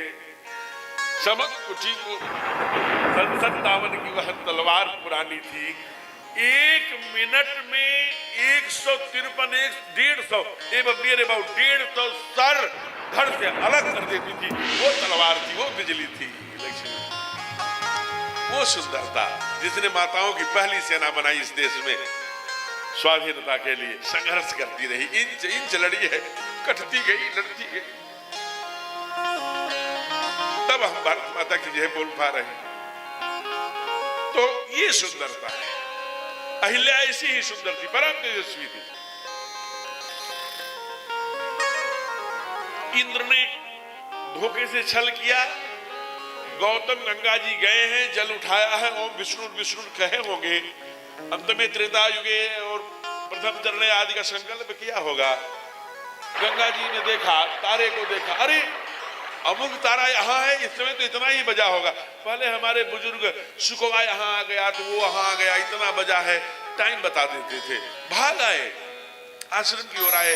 अपने ही रूप में जब इंद्र को देखा, समझ गए किसके मन में कोढ़ फुट गया है। कमंडलू का जल लिया, कहा जा, तेरे मन में कोढ़ आ गया था, कोढ़ ही हो। और मैया आ गई, चरणों में इतनी रोई है मां, मुझे समझ नहीं आ रहा, मुझे क्षमा करना, मेरा कोई दोष नहीं है। ऋषि ने बड़ा कठोर शब्द कहा है, कहा मैं मानता हूं कि मुर्गे की बाग पर मैं गंगा के लिए गया, तूने भी मुर्गे की बाग सुनी, लेकिन हे हिले, इतने वर्षों के जीवन में कभी तुझे हमने ब्रह्म मुहूर्त में वासना के लिए पुकारा? ये वासना का समय है क्या? ये उपासना का समय है। और पहली बार ऐसा हो रहा है तुझे समझा नहीं, तुम्हारे दिमाग में पत्थर पड़ गया था, जाओ पत्थर हो जाओ। अब ये पत्थर हो गई या पत्थर जैसी हो गई? कई बार मैं फिर कह रहा हूं, जो चबाएंगे वही सटकेंगे।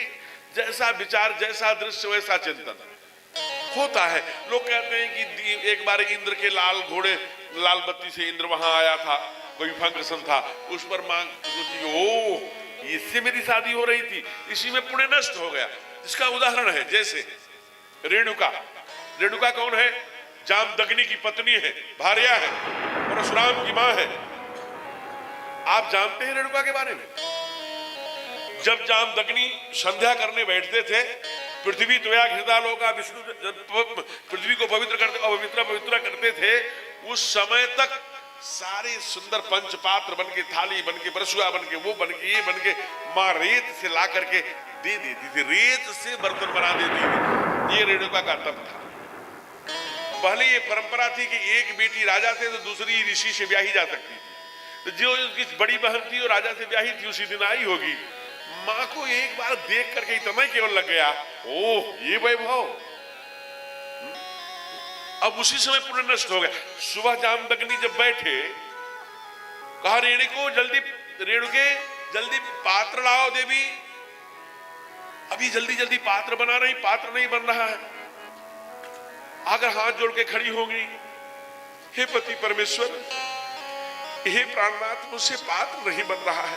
कहा क्या कहा? एकदम सड़ाक से खड़े हो गए। क्या कहा? पात्र नहीं बन रहा है? तेरा पुण्य कहां नष्ट हो गया? तूने कोई जरूर पाप कर्म किया है। ऐ पुत्रों, आश्रम में काम कर रहे थे, चारों पुत्र दौड़ के आए। क्या बाबूजी? इनका सर काट लो। सब नीचे मस्तक कर दी। तब तक भगवान परशुराम आ रहे थे। जामदग्नि ने कभी परशुराम नहीं कहा, राम ही कहते थे प्यार। राम यहाँ बेटा। जी पिता भगवान। कहा अपने मां सहित चारों भाइयों का सर काट लिया। एक ही क्षण में काट लिया। प्रसन्न हो गए। कहा बोलो क्या बर? कहा बर ही चाहिए। अगर आप हमारे ऊपर प्रसन्न हैं तो हमारे माता सहित चारों भाइयों को जीवित कर दीजिए और इस घटना की इनकी स्मृति भी न रहे और मेरी माता जी का पुण्य भी वापस कर दीजिए। इतना चिंतन आने से तो पुण्य क्षय होता है। तो हम लोग क्या क्या सोचते हैं, क्या क्या करते हैं, विचार करते जाना पड़ेगा कि नहीं। अब आप सोचिए, पाप को जितना छिपाएंगे, पाप जितना छिपाएंगे उतना बढ़ेगा, पुण्य जितना गाएंगे उतना कम होगा। ये सिद्धांत शास्त्र कहता है। इसलिए अहिल्या ने पाप को छिपाया नहीं, चौराहे पर खड़ी है पत्थर बन। विचार करना। और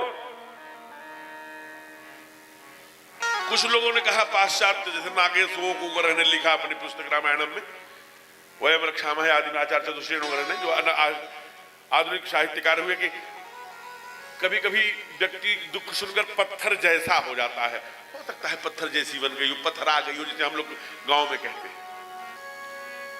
लेकिन पत्थर जैसी भी हो गई, दुनिया में कोई भी पत्नी, दुनिया त्याग दे, कोई फर्क नहीं पड़ता। पत्नी अगर चरित्रवान है, सच्ची है, निष्ठावान है, पतिभक्ति के ओतप्रोत है, अब तो उसका पति जब उसका साथ नहीं देता न हो है, अब उसको यहां चुभता है।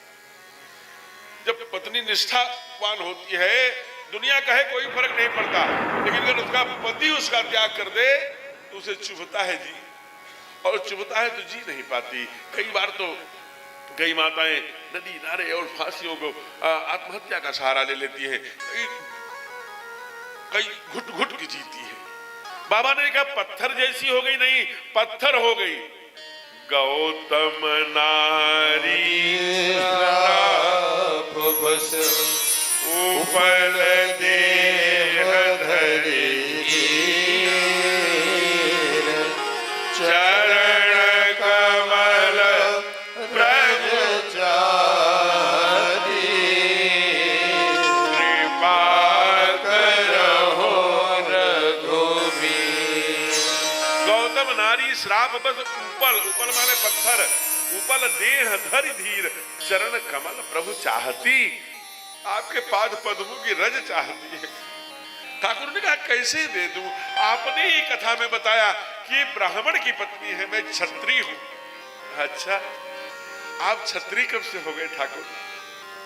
अगर आप क्षत्रिय हैं, भगवान परशुराम कौन था, कपिल कौन था, वामन कौन था, कल्कि कौन हो?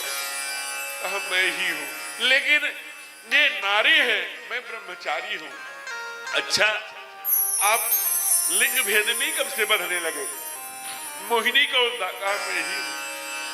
कहा विश्व जो राक्षसों को विष और देवताओं को अमृत पिलाया वो कौन था? कहा मैं ही हूं। कहा तब आप नारी और ब्रह्मचारी की बात करते क्यों करते हैं? कहा तीसरी बात गुरुदेव बताइए ना, कोई दुनिया में कोई भगवान ऐसा है क्या कि जो पत्थर में से भगत को प्रकट कर दे? कहा यही तो चैलेंज है ठाकुर। सतयुग में एक भक्त हुआ था जो पत्थर से भगवान प्रकट कर दिया था, और आपको आज यही चैलेंज है कि आप पत्थर से भगत को प्रकट करें। अरे इतना सुनते ही तब ठाकुर का दाहिना पैर उठा था, राम रूप में प्रकट हुई जो ज्वाला, दाहिना पैर उठाया, सीधे मां को स्पर्श कराया। स्पर्श करते ही उसी पत्थर से अहिल्या मैया प्रकट हो गई। बोलिए अहिल्या मैया। भैया प्रकट तो हो गई, लेकिन कभी ठाकुर को देखती है, ठाकुर अपलक देखते हैं, मुख नहीं आवई बच, कुछ बोल ही नहीं रही है। अरे कुछ तो बोलो अहिल्या। क्या कहा? परसत पद पावन शोक रसावन प्रगट भई सब मुझ सहे। खत रघुनायक जन सुखदायक सजमुख होई कर जोर दई। अति प्रेम अधीरा पुलक शरीरा मुख नहीं आवै वचन कहे। अतिशय बड़ भागी चरणन लागे जुगल नयन जलधारे बही।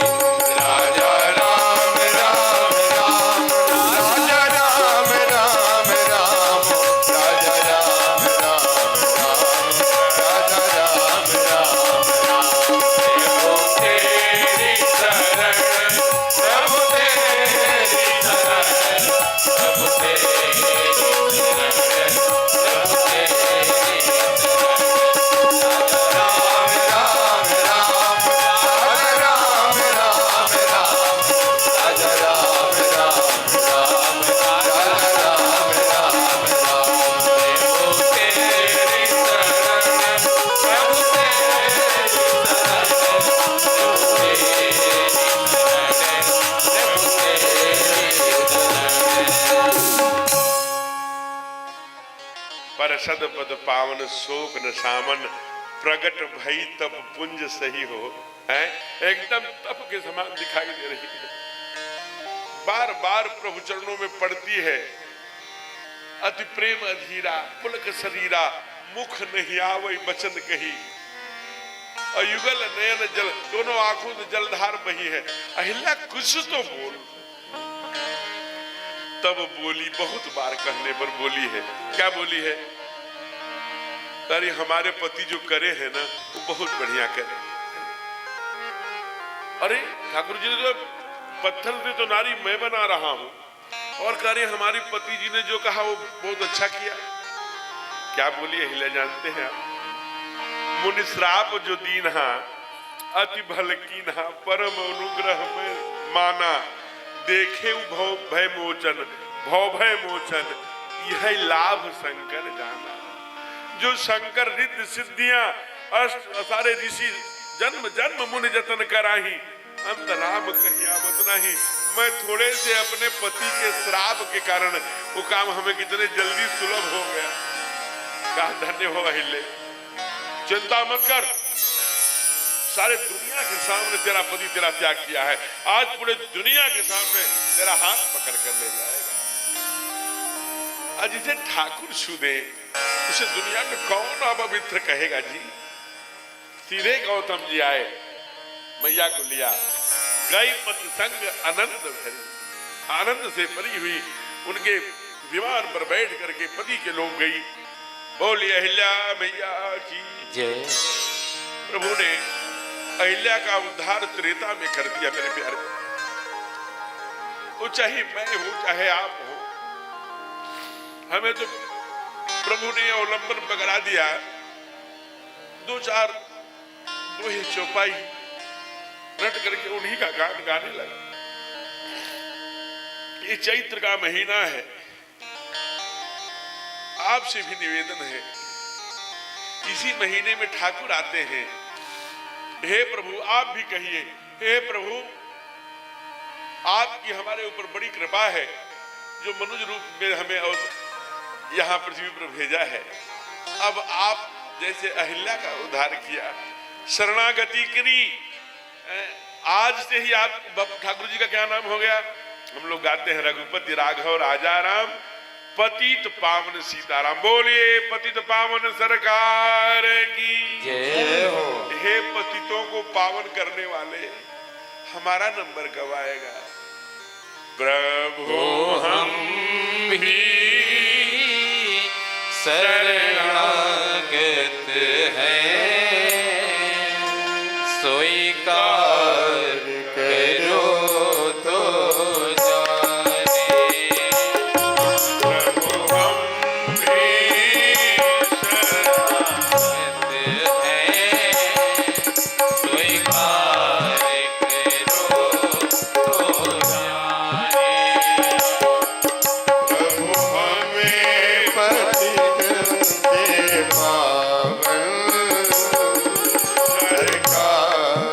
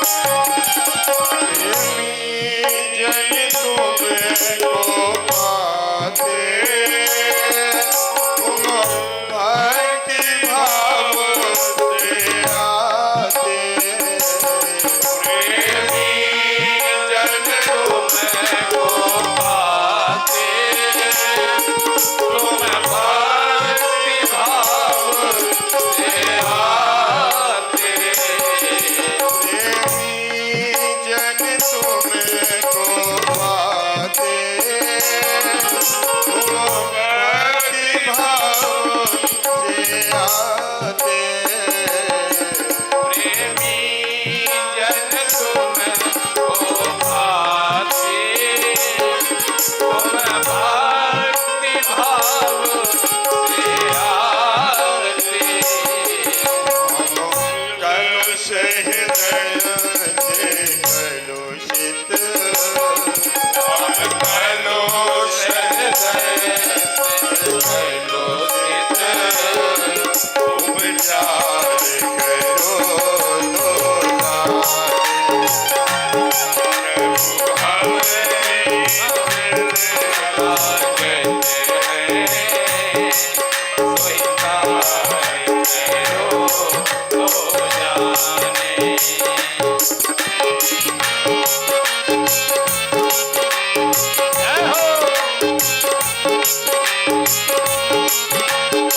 अंतिम मंत्रा गजब का निरंतर भाव हम कैसे तुमको पावे और कैसे विनय सुनावे हम कैसे तुमको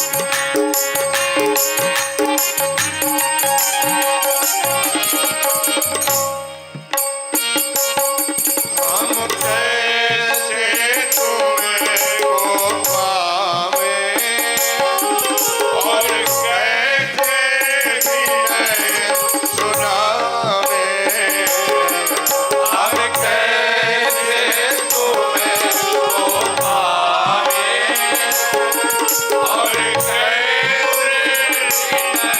अपराध किए अगणित अपराध किए हैं स्वीकार करो तो जाने प्रभु हमें पतित से पावन सरकार करो तो जाने प्रभु हम भी शरणागत हैं सरकार करो तो जाने सरकार करो तो जाने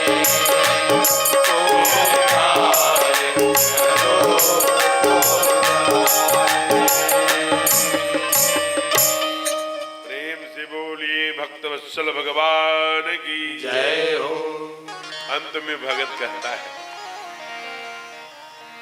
हम कैसे तुमको पाए और कैसे विनय सुनाए अंगनित अपराध किए हैं सिलेंडर कहीं मत करिए पिता के सामने भाई के सामने पड़ोस के सामने समाज के सामने लेकिन ठाकुर के सामने तो करेंगे ना अकेले में कोई नहीं है अंदर से सिरकिनी भी लगा लीजिए प्रभु आप तो जानते हैं अंगनित अपराध किए हैं तब स्वीकार करो तो जाने आपने अहिल्या को स्वीकार कर लिया मुझे अजानते हुए भी कि मैंने अगणित अपराध किया है फिर भी प्रभु स्वीकार करो तो परिष्करण धीरे धीरे होगा कभी विग्रह के सामने बैठना अकेले में आंखें डालना आंखें जितनी देर तक डली रह जाए समझ लेना धीरे धीरे परिष्करण बढ़ रहा है आंखें मिल पाती है क्या जब अगणित अपराध किए रहते हैं तो आंखें झुक जाती हैं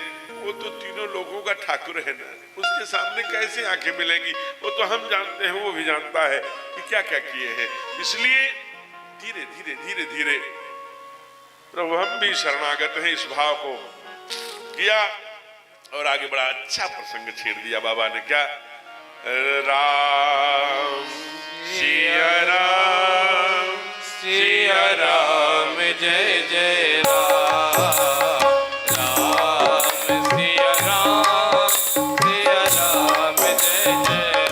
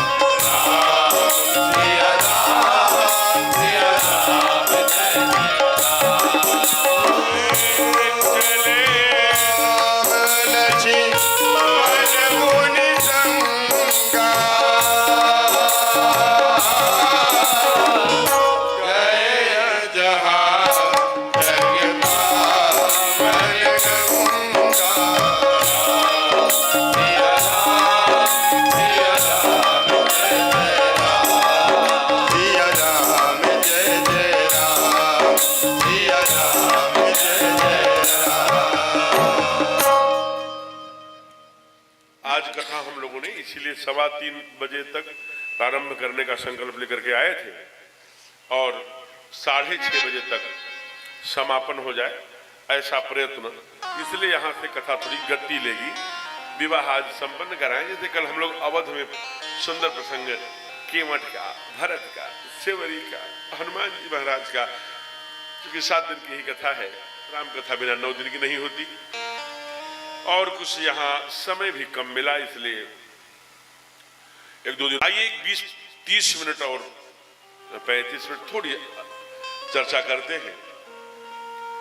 बोलिए गंगा मैया की। गंगा के पास आए, कहा राम हे लक्ष्मण गंगा माँ को प्रणाम करो, तुम्हारे ही पूर्वज ने के कारण इनका भूमि पर, जमीन पर, वसुंधरा पर अवतरण हुआ है और पूरी भागीरथी के द्वारा कैसे आई इनकी कथा सुनाए। फिर उन्होंने कहा कि वो आगे बढ़े और आगे बढ़े तो नगर में प्रवेश किया। पुर रम्यता राम जब देखी, हरते अनुज समेत विसेखी, प्रसन्न हो गए। भगवान 3 गुण लेकर वहां गए। कहा कि 3 गुण लेके जा रहे हैं? कहा आपने परिचय में नहीं सुना क्या कि यहाँ के लोग कैसे हैं? कहा यहाँ के लोग कैसे? कहा धर्मशील, ज्ञानी, गुणवंता। यहाँ के लोग, विदेह की बात छोड़ दीजिए, राजा जनक की, जनकपुर में रहने वाले लोग ऐसे हैं, वहां के जो नागरिक हैं। तो ठाकुर जी भी 3 गुण लेके प्रबंध किए। कहा कौन कौन? कहा राम लखन दो बंधुवर, रूपशील बलधाम,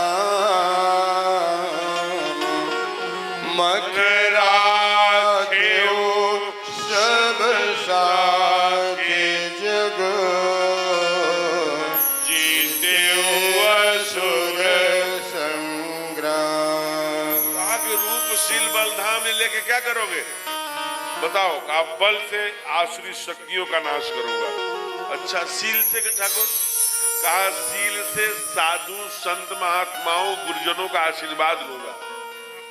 अच्छा, रूप से हो? कहा रूप से ससुराल में जा रहा हूं ना, तो रूप से जनकपुर वालों को मोह लूंगा, उनके ऊपर रूप की मोहिनी डालूंगा और उसका प्रभाव जनकपुर में जाते ही दिखने लगा। जो ही जनक को समाचार मिला, आए, प्रणाम किया, पूजन किया, विश्वामित्र जी का पूजन पाठ करके जल्दी जल्दी, और अभी स्तुति कर ही रहे थे कि ते ही अवसर आए 2 भाई, गए रहे देखन फुलवाए। आ गए, सामान्य बात है, लेकिन सब खड़े हो गए, विश्वामित्र जी भी खड़े हो गए। उठे सकल जब रघुपति आए, विश्वामित्र निकट बैठाए। लोगों ने प्रश्न किया, दादा आप तो गुरुदेव थे, आपके शिष्य थे लौकिक, बाकी आप खड़े हो गए। गुरुदेव ने कहा होगा, पिता की स्थापना उसका पुत्र, पुत्र की स्थापना उसका पिता, और शिष्य की स्थापना गुरु किया करता है। ये दुनिया को लगे ये सामान्य शिष्य नहीं है जिसके लिए गुरु उठ गया। एक ही नजर में लोगों को समझ आ गई कि सामान्य बात नहीं है। विश्वामित्र निकट आओ, अरे जिसके लिए गुरु खड़ा हो जाता हो वो सामान्य शिष्य कैसे? इसलिए न चाहते हुए जनक जी ने देखा, और जब जनक जी देखे तो नजर हटती नहीं। कहा विदेह तो है, लेकिन आज वह विदेह नाम सार्थक हो गया। मूर्ति मधुर मनोहर देखी, दोनों ब्लैक एंड व्हाइट जोड़ी जब देखी, कहा भयउ विदेह विदेह विषय की, बिना देह के हो गए हो। 7 क्वेश्चंस किया है, प्रश्न किया है, 7 प्रश्न। पहला, हे ऋषिवर ये कौन है? विश्वामित्र जी मौन है। दूसरा, क्या ऋषि के बच्चे हैं क्या? ऋषिकुल तिलक, बोलते नहीं। अच्छा, नृपकुल पालक, क्या राजाओं के बच्चे आपके साथ आए हैं? फिर भी मौन है। फिर चौथा, अच्छा ये क्या ब्राह्मण है क्या? बड़े तेजस्वी दिख रहे हैं। फिर भी कहा निगम न इति कही गावा, नेति नेति कही गावा, उभय भेष की धरि सोया। ज्ञानी है न जनक, पहचान गए। कहा जिसे न इति कह करके वेदों ने और हमारे शास्त्रों ने कहा क्या वो परम ब्रह्म है क्या? फिर भी नहीं बोले। तब कहा कि आज मेरे मन में पता नहीं क्या है, इनके लिए इतना अनुराग आ रहा है। कहा कैसा? कहा न मुझे राज अच्छा लग रहा है, न पाठ अच्छा लग रहा है, न अब किसी को देखने यही तर जैसे होता है ना, यही तर कहा ना कि यही तर और न आवत काहू, जैसे आंखों के नीचे कोई आता ही नहीं हो, केवल यही देखने के लिए दिल करता है, हैं? पंक्ति चाहे जहां की हो, लेकिन जनक जी ने कहा होगा इनमें रब दिखता है यारा, मैं क्या करूं। जनक जी को भी उसमें ठाकुर दिख गए, इसलिए जान गए विश्वामित्र की ज्ञानी है। ज्ञानी भी और भक्ति देवी की नगरी है, पहचान जाएंगे। और ठाकुर जी तो कह रहे हैं कि कहीं जो बरबस ब्रह्म सुख ही मन त्यागा, जो ब्रह्म का सुख भी अब मुझे अच्छा नहीं लग रहा है, और मुझे अब न राज अच्छा लग रहा है, न पाठ अच्छा लग रहा है, न कोई कुछ मुझे याद है, न कुछ भी नहीं। अब मुझे केवल यही देखते रहने का मन करता है, ये प्रिय मुझे लग रहे हैं। अब मुझे कुछ प्रिय नहीं लग रहा है, ये केवल सामने जो खड़े हैं राजीव नयन धरे धनुषायक, अब मुझे इन्हीं को देखते रहने का दिल करता है।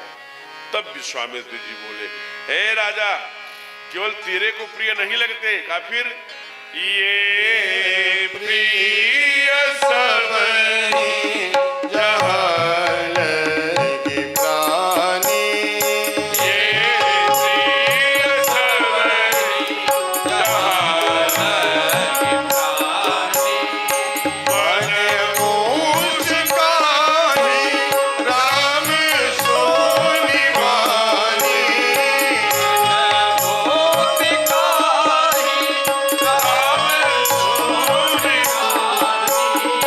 हे प्रिय सबहि जहाँ लगे प्राणी।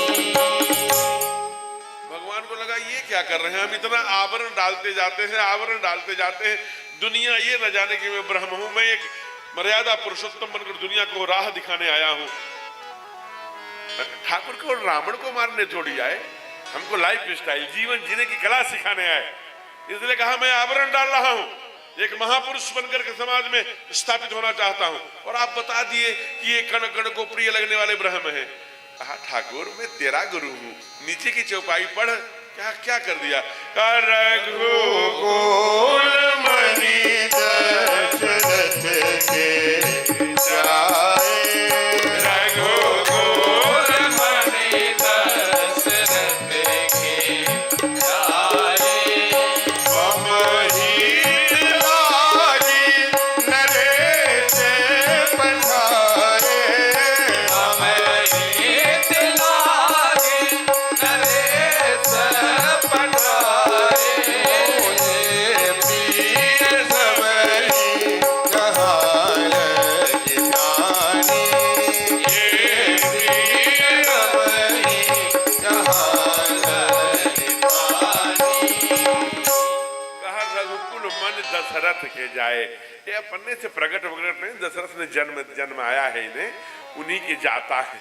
अच्छा, मम हित लाग नरेश, मेरे कल्याण के लिए, मेरे हित के लिए नरेश राजा ने भेजा था। आपके धनुष यज्ञ का समाचार सुनकर मेरे साथ चले आए हैं, कोई खास बात नहीं। आवरण तो डाल दिया, लेकिन जनक मानेंगे? जनक तो पक्का पक्का पहचान गए कि ब्रह्म है। कहा महाराज इसका प्रमाण क्या है? कहा सबसे बड़ा प्रमाण है मैया है ना। जब मैं अशोक वाटिका में गया सुंदरकांड के लिए गुरुदेव भगवान के साथ श्रीलंका में, तो वहां जहां अशोक वाटिका है वहां का नाम है न्यूरेलिया। तो मैंने वहां के पुजारी से पूछा कि what is the mean of neuralgia. तो कहा न्यूरेलिया नुआरा एलिया, यानी हैप्पीनेस लाइट, प्रसन्नता भरा प्रकाश, करत प्रकाश फिरे फुलवाई। इसलिए मां जहां रहती है वहां प्रकाश रहता है और सुंदरता रहता है। मां के घर का क्या नाम है? ध्यान रखना, पूरी जनकपुर सुंदर है, अवध गई तो सुंदर केली, बिटप, तरु, शाखा। जब चित्रकूट में 11 वर्ष रही तब बैठे फटिक शिला पर सुंदर। जब लंका में गई तो सुंदर कांड नहीं पड़ा, इसलिए सुंदरता को सुंदर कर रही है ना। तो आज माँ के घर का क्या नाम है? सिय निवास सुंदर सदन, उपमा नहीं कही जा। माँ के घर के ऊपर लिखा है सुंदर सदन। और जहां ब्रह्म को यानी ठाकुर को, कुमार लक्ष्मण को और विश्वामित्र को रखा जनक जी ने, उस घर का क्या नाम है? कहा कि उस घर का नाम है कि वहां पर तीनों कालों में सुख देने वाला है। तो सुख देगा ऐसा क्या होगा? एसी लगवाए होते, एसी जाड़े में कैसे सुख देगी भैया? और हीटर लगा होगा तो गर्मी में कैसे सुख देगी? तो फिर सब कालों में सुख देने वाली क्या है? सब कालों में सुख देने वाली केवल भक्ति है। इसलिए भक्ति देवी का घर खाली करा दिया। जहां रखा उस घर का नाम है सुंदर सदन सुखद सब आला। सुंदर सदन सुखद आला। तमाबास लदीन ग्वाला।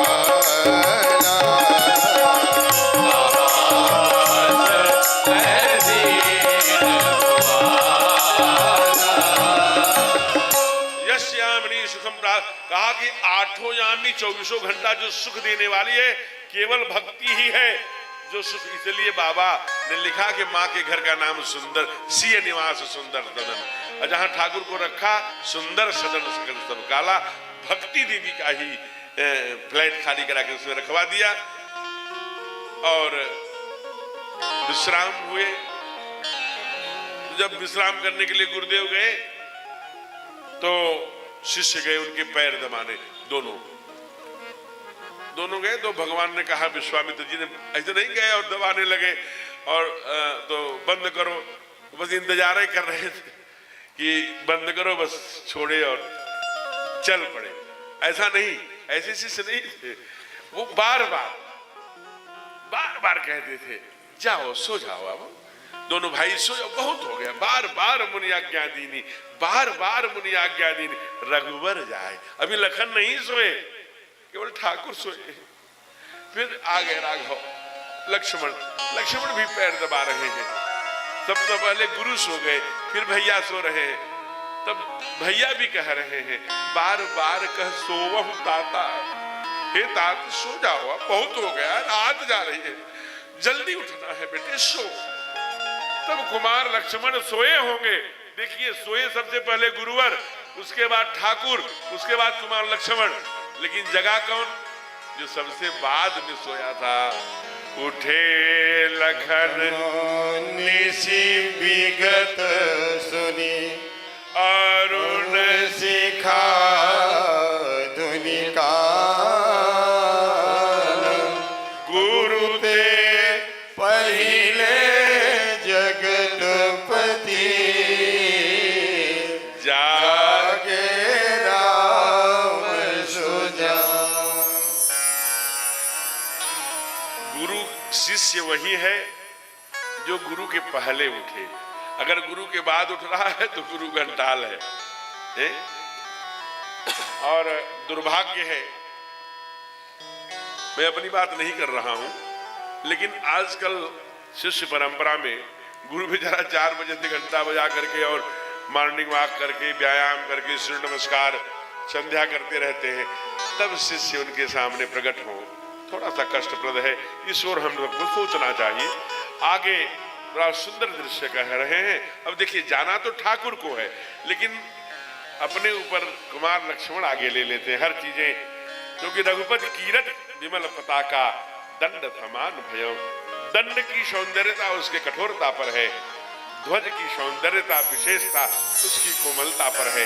इसलिए कोमलता उनकी भंग न हो। लक्ष्मण कहा, भैया चलिए, हम कह दीजिए गुरु जी से कि हमें जाना है। आए गुरुदेव। वो लक्ष्मण ना जनकपुर जाना चाहता है, तो जाने दो, घूम के आ जाएगा, तुम जाओ फूल लेके आओ, ऐसा कह सकते थे। या कहा होगा, ठीक है राघव, जाने दो लखन को। कहा, वो अकेले अभी छोटा है गुरुदेव ना, अगर आपकी आज्ञा हो तो मैं साथ में जाऊं, और मैं जाऊंगा तो क्या करूंगा? कहा कि क्या कहा? कहा कि मैं जाऊंगा तो तुरंत लेकर के दिखा के चलाऊंगा, वो वहां भटक जाएगा। नाथ लखन पुर देखन चाहि, अब प्रभु सको जब है प्रगट, अजौ राउर अनुशासन पावऊं, नगर दिखाई तुरत लय आब। मैं जाऊंगा तो तुरंत लेके आऊंगा।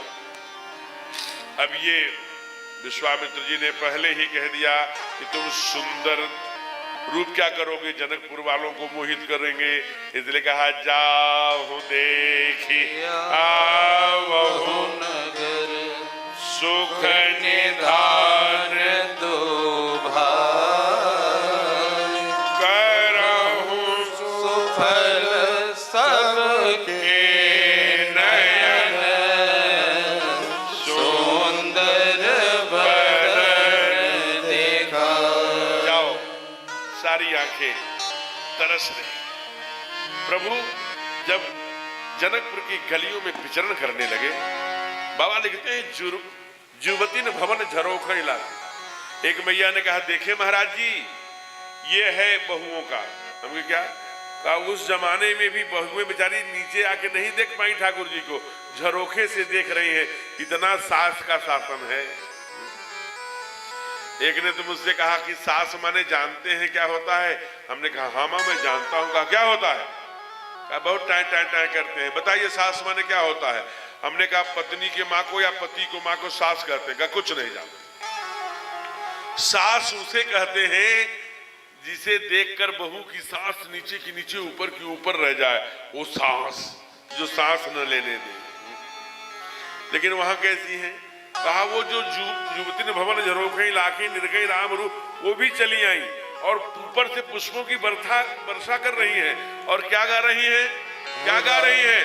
और आप अभी नृत्य कर रही थी भैया ना, अब आप नृत्य कर सकती हैं, क्योंकि जनकपुर में की जो वहां की माताएं हैं वो नृत्य कर रही है। क्या कर रही है? राम आए जनकपुर की गलियों में, राम आए जनकपुर की गलियों में, ओ राम आए जनकपुर की गलियों में, राम आए जनकपुर की गलियों में, फूल खिलने लगे हैं बाग बगियों में, फूल खिलने लगे हैं बाग बगियों में, ओ राम आए जनकपुर की गलियों में, राम आए जनकपुर की गलियों में, राम आए। एक से भले दो, दो से भले तीन, घराती में तो कुछ सुबह शुरू हो गया, बराती सब बैठे हैं। प्रभु आ गए, रंगभूमि में जाएंगे। श्री राधे।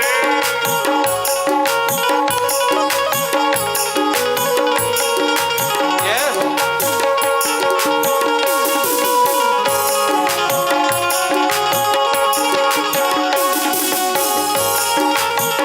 जय जय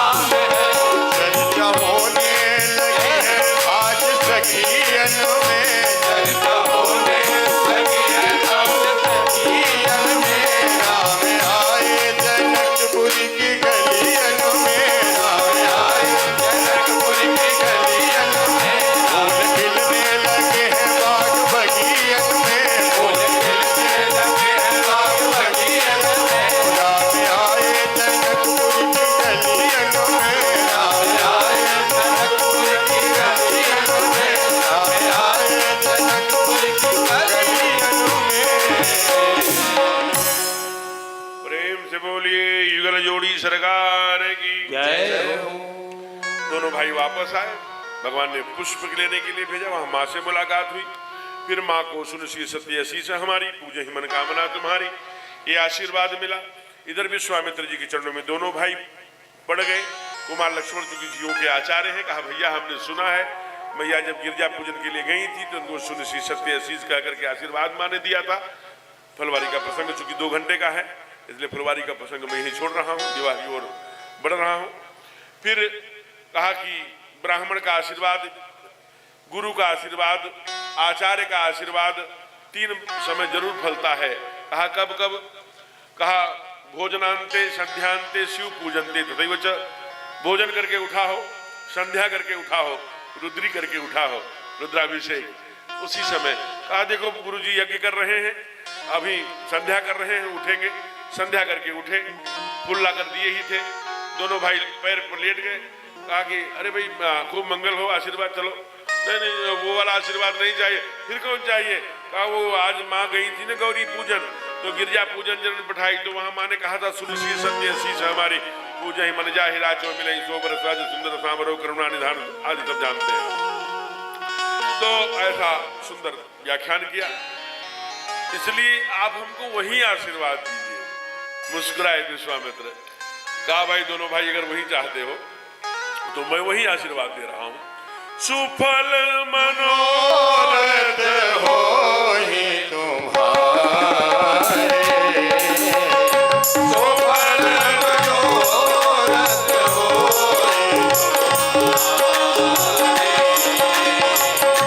राम लखन तुनि भये सुखारे,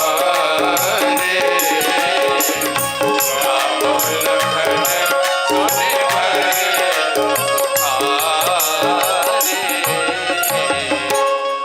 राम लक्ष्मण सुखारे हो गए, प्रसन्न हो गए। आगे आगे गुरु विश्वामित्र। उसी समय जनक जी से दूत आ गया कि धनुष यज्ञ शुरू हो गया है। सारे राजा आ गए हैं, सारे पत्रकार, सारे प्रोटोकॉल, सारे देश देश से जो राजा हैं वो आकर के अपने स्थान ले लिए, दक्षिण पश्चिम और पूरब के, और सारी सज्जाएं सज गई हैं। आप गुरुदेव चलिए, हमको स्वयं राजा साहब ने भेजा है। वहां गए। जब वहां गए तो सारी बैरिकेडिंग टूटने लगी, भगदड़ मच गए। जनक जी ने पूछा सदानंद जी ये क्या हो रहा है, भगदड़ क्यों मच रहा है, ये कोलाहल कैसा है, ये छेड़छाड़ क्यों है, ये आपस में सारी ये कोलाहल बातचीत क्यों है? कहा उसका एक कारण है गुरुदेव राजन। कहा क्या? कहा जिसे आप देख करके पागल हो गए थे, जिसे जनकपुरवासी देख करके पागल हो गए थे, वही जोड़ी आ गई है गुरु विश्वामित्र जी के साथ। और ये भगदड़ रुक नहीं सकती, बैरिकेडिंग टूट जाएगी, अस्त व्यस्त हो जाएगा। न कोई अतिथि दीर्घा रह जाएगी, न कोई पत्रकार दीर्घा रह जाएगी, न राजाओं की, न दक्षिण की, न पूरब की, न पश्चिम की, सब खिचड़ी हो गई सब। कहा इसका कोई उपाय है? कहा एक उपाय है। कहा क्या? कहा वो जो सबसे ऊपर मंच बनवाए हैं जल्दी से एक तीसरा मंच। कहा वो तो जयमाल के बाद मैंने सोचा था दोनों वर वधू को बैठाएंगे। कहा तीसरा मंच बनवाइए और जल्दी से बनवाइए। क्या सारी व्यवस्था थी राजा के दरबार में, खराब से। तीसरी कुर्सी भी वहां लग गई। बाबा ने लिखा तब मंचन ते मंच एक सुंदर विशद विशाल, समेत तो बंधु तहाँ बैठा रे महिपाल। बैठ गए। कहा अब क्या होना चाहिए? अरे अब क्या होना चाहिए? आप बार बार पूछते हैं, सारी योजनाएं पहले बनाई जा चुकी हैं कि इसके बाद ये होगा, इसकी कहाँ है मंत्री, जल्दी से पर। अब जनक नंदिनी का प्रवेश, अब जल्दी से माँ को बुलाइए जिसके लिए प्रतिज्ञा किया। आदेश हुआ, सारी सखियां लेकर चली हैं। भक्तों ने बड़ी प्यारी सखियां गीत गा रही हैं। समय का अभाव है प्यारे, लेकिन फिर भी आइए एक अंतरा। धीरे चलो सुकुमार, सुकुमार सिया प्यारी, धीरे चलो सुकुमार, सुकुमार सिया प्यारी लो सुकुमार, सुकुमार सिया प्यारी लो सुकुमार, सुकुमार सिया प्यारी, धीरे चलो सुकुमार, सुकुमार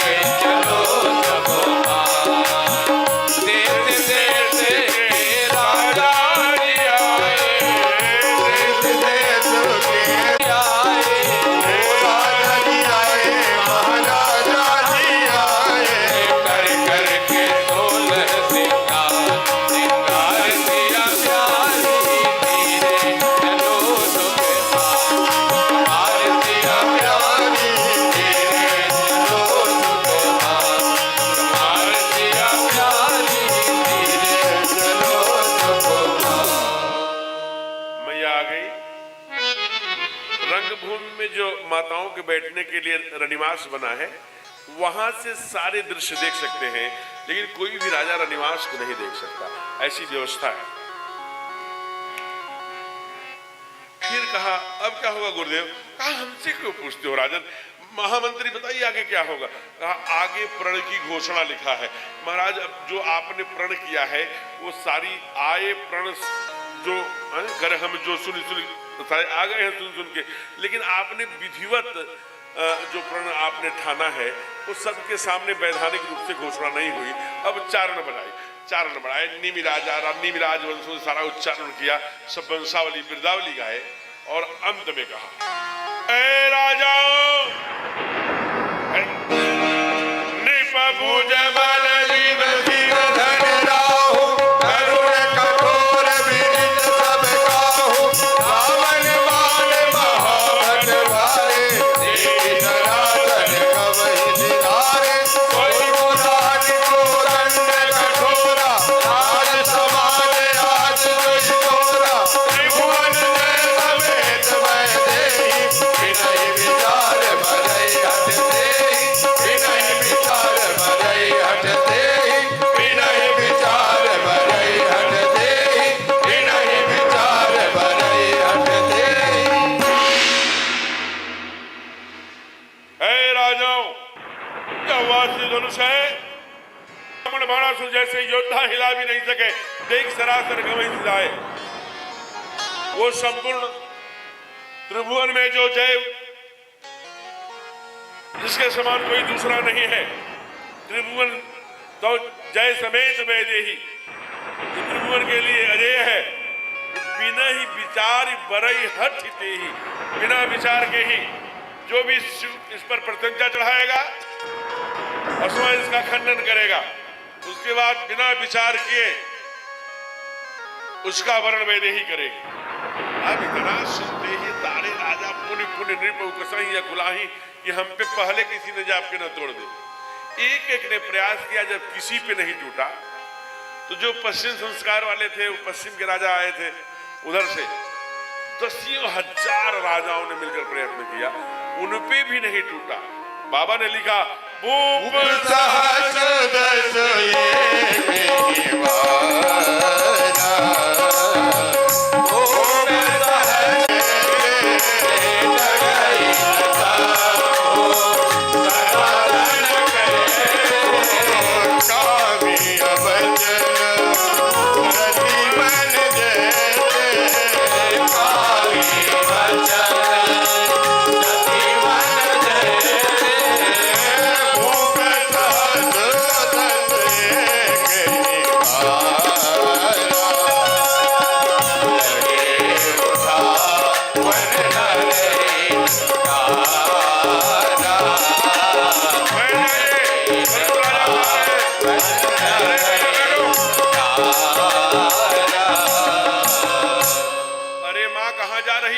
एक समय धनुष उठाने वाले हैं ठाकुर, जाना नहीं, बैठो बैठो बैठो, किसको खोज रही हो?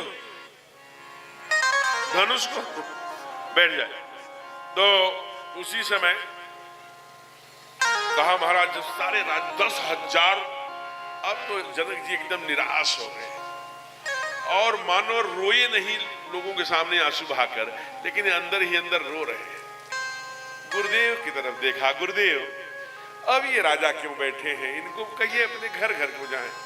कहा नहीं, ये इस आशा में बैठे। कहा किस आशा में? कहा आप जनक हैं, धर्म के ज्ञानी हैं, विदेय हैं, आप प्रतिज्ञा तोड़ देंगे लेकिन अपनी बेटी का जीवन विफल नहीं होने देंगे, अपने बेटी का जीवन निष्फल होने का पाप अपने सिर नहीं लेंगे। इसलिए आपसे प्रार्थना है, ये यही सोच रहे हैं कि धनुष तो किसी पे टूटा नहीं, तो कहीं न कहीं जयमाला तो किसी न किसी गले में राजा डलवाएंगे हार के, तो शायद उसमें इनका नंबर आ जाए, इस आशा में बैठे हैं। जनक जी बोल पड़े, इनसे कहिए। कहा क्या? तजहुआस, ये आशा छोड़ दे, तजहुआस। फिर क्या करें? कहा निज गृह गृह जा, अपने अपने विवाह। कहा लग विधाता ने हमारे बेटी के हाथ में विवाह वाली रेखा ही नहीं। राजाओं के दुख के कारण पहली बार राजा जनक जी रो पड़े। कहा, हे गुरुदेव, हमें यहाँ 10-10 हजार जिस धनुष को राजा नहीं हिला पाए, दिन भर घूम न सके छड़ाई, दिन भर खिसका नहीं पाए, कोई अकेला कैसे तोड़ पाएगा। अब मेरे जैसा पापी तीलोक में कोई नहीं है। या तो मैं प्रतिज्ञा छोड़ूं तो अपने पूर्वजों का सुयश नष्ट करूं, अगर मैं अपनी प्रतिज्ञा रखता हूं तो बेटी का जीवन विफल होने का कलंक, इसलिए सारी दुनिया वीरों से विहीन है। अब ये करुणा में ही बोले होंगे। अब ये दुख के कारण, उस परिस्थिति के कारण 2 वाक्य बोल गए। एक तो विधाता ने हमारे बेटी के हाथ में विवाह की रेखा लिखा, न विधि वैदेही विभाऊ, और दूसरा वीर विहीन मही में जाने। सारी वीरता खड़ी थी, सब मौन थी, कोई बोल नहीं सका, इंद्र भूमि डोल नहीं सकी, लेकिन छोटे ठाकुर उठे।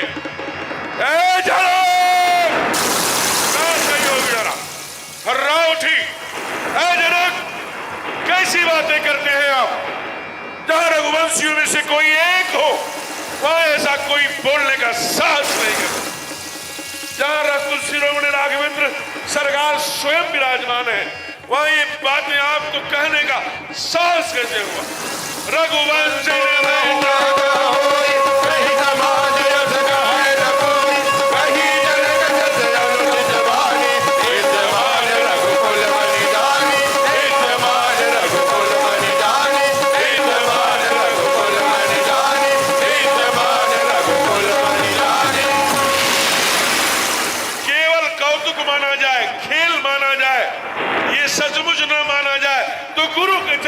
और भैया के चरणों की सौगंध खा के कहता हूं, इस धनुष की बात करते हैं। मैं पूरे तीनों लोगों ब्रह्मांडों को उठा करके कच्चे घड़े के समान तो बल। अब कैसी बातें करते हैं? एकदम लाल लाल हो गए लखन लाल। विश्वामित्र जी ने कहा, भैया लखन जी, गुरुदेव इतने लाल लाल क्यों हो रहे हो? कहा, इसलिए गुरुदेव कि आप पीले पड़े हैं। आप कब कहेंगे? सारी वीरता 10-10 हजार राजा कोई भी नहीं तोड़ पाया। जनक जी भैया बैठे हैं, कह रहे हैं वीर विहीन मही में जानी, आप कुछ बोलते ही नहीं। कहा, एक काम करो, यहाँ आओ। तुम्हारे बड़ी माँ को क्या कहा बाबा ने? कहा, बंदों को कौशल्या दिश प्राची, पूरब की दिशा। कहा, सूरज किधर से उगता है? कहा, पूरब से। कहा, कब उगता है? कहा, जब पहले लाल लाल हो जाता है। कहा, बस आओ, तूने लाली प्रकट कर दिया है, अब गुरु का काम है सूरज उगाने का। बैठो। लाली होने के बाद ही सूरज उगा करता है। ऐसी मीठी वाणी बोले हैं गुरुदेव, केवल तिरछी नजर था। समुद्री गांभीर्य धरती तो धरती क्षमा। बैठे हैं सहज, न कर्ता का न अकर्ता का कोई बिना बोध लिए शांत भाव से बोल पड़े। क्या कहा होगा?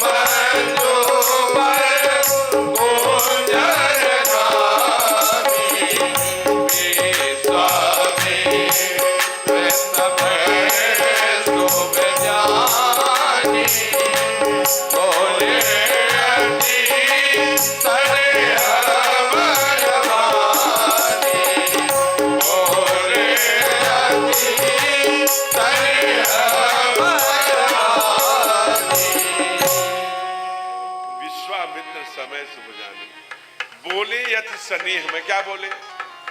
उठहु राम, क्या करे? कहा भंजहु भव चापा, मेटहु तात जनक परितापा। जनक परिताप से शब्दों पर ध्यान दीजिए। परि माने दूसरा, ताप माने पीड़ा। जो दूसरों के द्वारा दी गई पीड़ा है उसका भंजन करो। सहजई चले जगतपति स्वामी, मस्त मंद बर कुंजर गम। सहजई माने जंगल में जैसे हाथी अपनी चाल चलती है, यह नहीं जानती डिस्कवरी वाले शूट कर रहे हैं, वैसी चाल ठाकुर चले। कहा क्यों? कहा बहुत जल्दी जल्दी चलते तो लोग कहते कि पत्नी पाने का बहुत जल्दी है, धीरे धीरे चलते तो लोग कहते बड़ा अहंकारी है, यही लगा है रोग, क्या कहेंगे लोग। इसलिए सहज ही आए, पहले उठ करके गुरु के चरणों में प्रणाम किया। अब जरा सोचिए, चरण सिर नावा, चरण हाथ नावा नहीं, चरणों में सिर डाल दिया, ये शिष्टाचार है। गुरु के चरणों में सिर माथा टेक के प्रणाम किया और प्रणाम करके आए। इधर उधर देखा, मैया मना रही है। हो प्रसन्न महेश भवानी गणनायक वरदायक देवा याज किनी, सारे आगे, कार्तिकेय जी, गणेश जी, मैया पार्वती, बोले बाबा बोलो क्या चाहती हो? कहा धनुष को हल्का कर दीजिए। कहा कितना हल्का? कहा मैं ये नहीं, आप जानते हैं ठाकुर की शादी किस महीने में हुई थी? अगहन माघ शुक्ल पक्ष पंचमी के। कहा कि कहाँ लिखा है? कहा हिमरी तू अगहन माघ सुहावा, हिमरी तू अगहन माघ सुहावा। बस ये आगे की चौपाई है, लेकिन चूंकि आपको प्रमाण के लिए डाल दे तो हिमरी तू अगहन माह में। अब आप सोचिए फूल तोड़ने कब गए होंगे? अक्टूबर के महीने में या नवंबर के प्रथम सप्ताह में, अंग्रेजी में समझिए। यहां से भारत से नेपाल में कम से कम 5 गुना ज्यादा जाड़ा रहती है। अब फूल तोड़ते समय मां कह रही हैं श्रम बृंद सुहाए, माघ के महीने में है, जिसे पसीना आ रहा हो फूल तोड़ते समय, जो 1 ग्राम का भी नहीं होगा, भैया ये रिस्क मैं नहीं लूंगी। कहा फिर कितने हल्के कर दे? कहा हो हरू रघुपति ही निहारी, रघु मेरे ठाकुर की भुजाओं को देख लो, वो जितना तोड़ सके उतने हल्के बन जाओ, मुझे रिस्क नहीं चाहिए। जब ये वरदान लेकर के दे करके भगवान गए हैं भोले बाबा सब परिवार, तब ठाकुर जी ताके हर को दन, और जो ही धनुष के तरफ देखा, अब देखिए अब क्या हो गया लक्ष्मण जी को। लक्ष्मण जी फिर गुस्से में खड़े हो, अरे सावधान, मैंने भैया के नजर को देख लिया है, बचपन से इस नगर से परिचित हूं, ये धनुष को तोड़ेंगे नहीं, प्रत्यंचा नहीं चढ़ाएंगे, ये तोड़ डालेंगे। इसलिए मैं शेषनाग हूं, आज अपना असली परिचय दे रहे हैं, मैं शेषनाग हूं। ए दुष्कुंजर, ऐ कमठ, ऐ दिग्पालों, ए दसों दिशाओं, पृथ्वी को कब्रों में जकड़ लो, हिलने न पाए। कहा क्यों? कहा दुष्कुंजर हो कमठ यही बोला,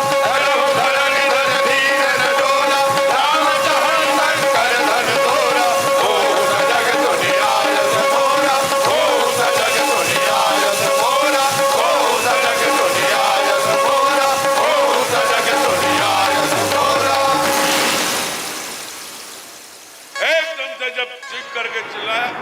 कहा भैया लखन देखे, कहा ग्रीन, कहा हरी झंडी भैया। जो ही ग्रीन सिग्नल पाए, चारों तरफ देखा, गुरु ही प्रणाम। लोगों ने कहा क्यों प्रणाम कर रहे हो? अभी तो चरण सिर नावा। कहा कि गुरुदेव को ना, हमारे एक गुरु नहीं है, अनेक विद्याओं के अनेक गुरु हैं, अब कुल गुरु वशिष्ठ को प्रणाम कर रहा हूं। गुरु ही प्रणाम मन ही मन कीना, उठाई धनुली। लेकिन ध्यान दीजिएगा ठाकुर की भुजाओं में कितना करंट रहा होगा, कितने लाख लोग रहे होंगे, और कितनी लाख आंखें देख रही हुई इस दृश्य को, कितनी लाख आंखें देख रही होंगी इस दृश्य को। लेकिन कोई ले कब लिया चढ़ावत, ले चढ़ावत, गाड़े, कितनी तीन क्रिया हो गई। ले चढ़ावत खैचत काहू न लखा, एक भी व्यक्ति नहीं देख पाया। काहू न लखा, देख सब ठाड़े, केवल ठाकुर को खड़े हैं धनुष के पास, इतना देखने में आया और पलक झपकते ही हे ठाकुर करें ने लिया, खींचा, खाया, पूरे मंडल में नीला नीला मंडल जाने लगा। कड़ कड़ कड़ कड़ कड़ की आवाज हुई, जय चंद्र राम धर घोर, हरे भुवन धर घोर कठोर, हरे भुवन धर घोर कठोर, हरे भुवन धर घोर कठोर, हरे भुवन धर घोर कठोर।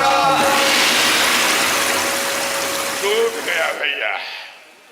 और टूटे भी क्यों न, क्या लौकुश जी जगह जगह लौकी की सब्जी और तेल लगी भाजियां, क्या पालक यो हो, घोरावल वाले 56 भोग खिला रहे हैं, इसलिए टूट गया।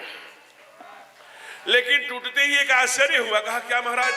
कहा समुद्र के पानी ऐसे ही करवट हो गए, सूर्य के घोड़े विपरीत दिशा में भागने लगे, मेदिनी कांप गई, मंदराचल पर्वत हिल गया जिस पर भगवान परशुराम बैठे थे। कहा ये कहाँ लिखा है? बाबा ने लिखा, भरे भुवन घोर कठोर रविमत आदि तज मानव चले, करहिने गज ढोल महियन, ढोल पूर्ण कलमल, सुर असुर मुनि कर काज दीने, सकल विकल विचारहि, मोदंड खंड उराम तुलसी, जयति वचन उच्चारहि, जयति वचन उच्चारहि, जयति वचन उच्चारहि। हरे भुवन घोर कठोर रवि तज भाग सब मार्ग चले, चिकरहि दिग्गज डोल यही मही कोल कूरुम कर मरे, सुर असुर नर सब कानों में अंगुलियां, कान दीने विकल्प जन बचा रही। क्या हो गया? प्रलय होने वाली है क्या दादा? कहा नहीं, जो जानकार ऋषि संत है। कहा क्या?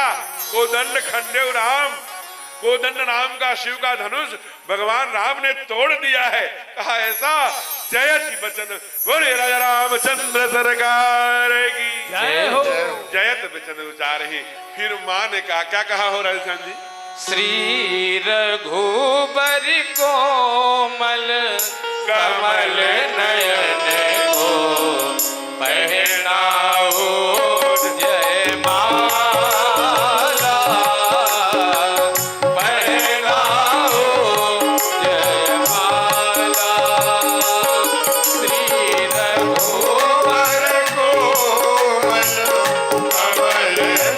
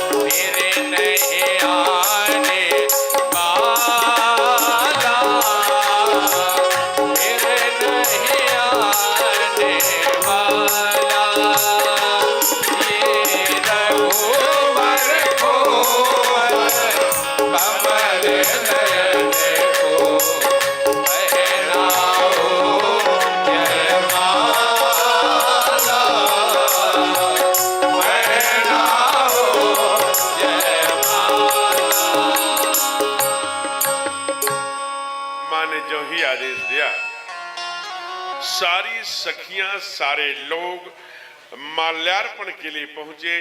ठाकुर जी खड़े हैं, समुद्री गांभीर्य, धरती तो धरती क्षमा। कहा था माला ठाकुर जी अब जो कि उधर की है, थोड़ी सी नेपाल की तो थोड़ी हाइट कम है, वैसे भी ये अवध के हैं और एकदम से लंबे हैं, आजान भुजतर चाप हैं। तो अरे ये सारी व्यवस्था आपकी ही है संतोष जी? जय हो। संतोष जी आ गए। अकड़हवा पोखरा का नाम सुना होगा आप लोगों ने, ये रावणगंज सोनभद्र में, और वहाँ हर वर्ष हमारी कथा कराते हैं, बड़े तेजस्वी हैं और सभी कथाओं में ऐसे ही दिव्य मिष्ठान लेकर पहुँचते हैं। इनको मेरा खूब आशीर्वाद है। सगुन रेस्टोरेंट के नाम से इनका है। खूब लक्ष्मी की भी कृपा है, बहुत बहुत धन्य धान्य सब ठाकुर जी ने भरा है। और ऐसे ही धर्म काम में बहुत कम मूल्य में हर चीजें धर्म के लिए दिया करते हैं। इनके लिए जोरदार तालियों से अभिनंदन करिए आदरणीय संतोष जी। तो आइए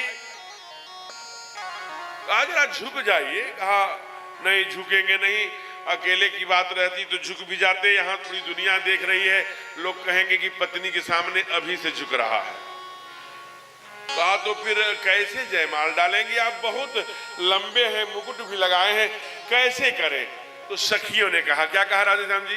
झुके जइयो तनक रघुबीर, लली जी मोरी छोटी सी। झुके जइयो तनक रघुबीर, लली जी मोरी छोटी सी। झुके जइयो तनक रघुबीर, लली जी मोरी छोटी सी। झुके जइयो तनक रघुबीर, लली जी मोरी छोटी सी। छोटी सी लली, छोटी सी लली, छोटी सी लली, छोटी सी लली। झुके जइयो तनक रघुबीर, लली जी मोरी छोटी सी। झुके जइयो तनक रघुबीर, लली जी मोरी छोटी सी।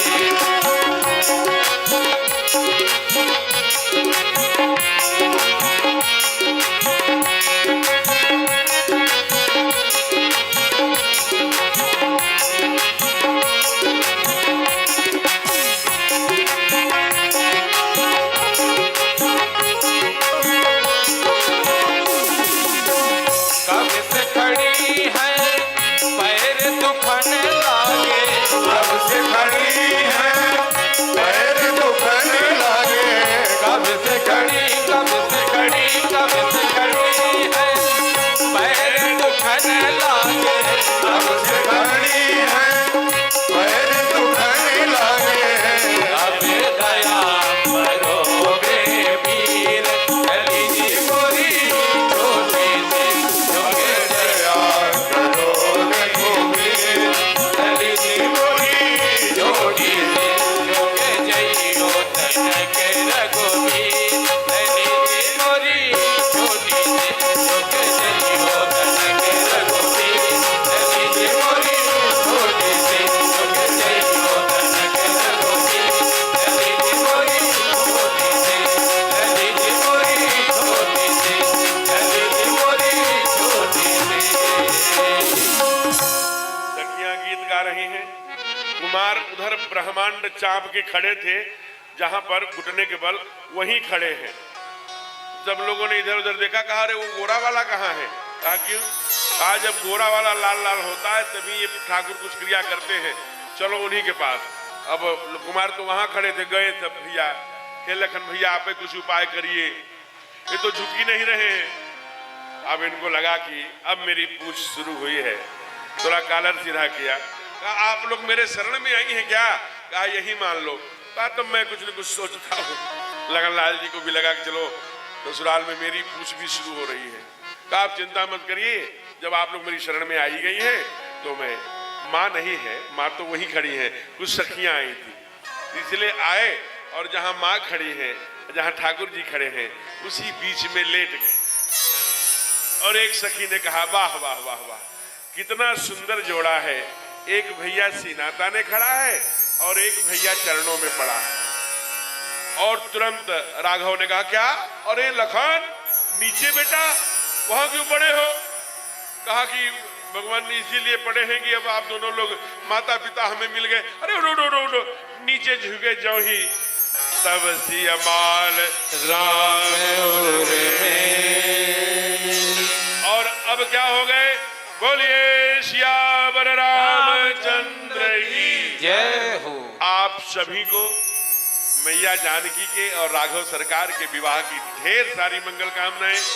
मैंने समय का मर्यादा का ध्यान रखा है, लेकिन अभी उत्सव बाकी है, इसलिए आप 3 घंटे 3.5 घंटे से बैठे हैं। अब आप अपने स्थान पर कुर्सी वालों को मैं इसलिए नहीं कहूंगा कि उनके घुटने में दर्द नहीं। अभी एक नया सर्वेक्षण आया है, मैं आपके लिए नहीं कह रहा हूं, मैंने पढ़ा है इसलिए आपको बता दे रहा हूं। पांचजन्य में है, आप भी पढ़ सकते हैं कि जो डायबिटीज का कारण है वो ट्रिपल टी, टेबल वर्क, यानी यहाँ पर जो नस होती है जो नीचे तक जाती है उसको कुर्सी दबाती है, तो इसीलिए पहले थी मार करके ज्यादा सक्सेसफुल जीवन रहा। शतम जीवे में शरदा शतम, जिन ऋषियों ने गाया वो 100 वर्ष तक जिए। टेबल वर्क, टेंशन और टी, चाय बार बार पीना, ये मधुमेह के कारण बताए गए। बाकी जो भी, अब वो कुर्सी वाले अपने स्थान पर बैठे भी रह सकते हैं, उनके घुटनों में दर्द नहीं होगा, मेरा ये कहने का मतलब है। लेकिन जो जमीन पे घुटने मोड़ के बैठे हैं वो अपने स्थान पे खड़े हो जाइए। बड़े सुंदर हम लोग उत्सव मनाने जा रहे हैं, आप भी उत्सव मनाइए। और आज डोंगरे जी महाराज जी ने कहा कि जो भगवान के उत्सव में थोड़ा सा भी ऐसे करता है, ठुमकता है, तो भी 84 लाख योनियों में ठुमकने से बच जाता है। अब आपकी भक्ति, आपका अपना विचार, आइए क्या है वो भैया जरा बताइए।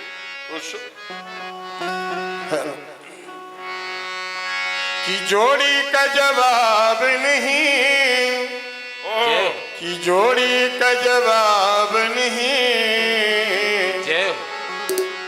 कि जोड़ी का जवाब नहीं, कि जोड़ी का जवाब नहीं।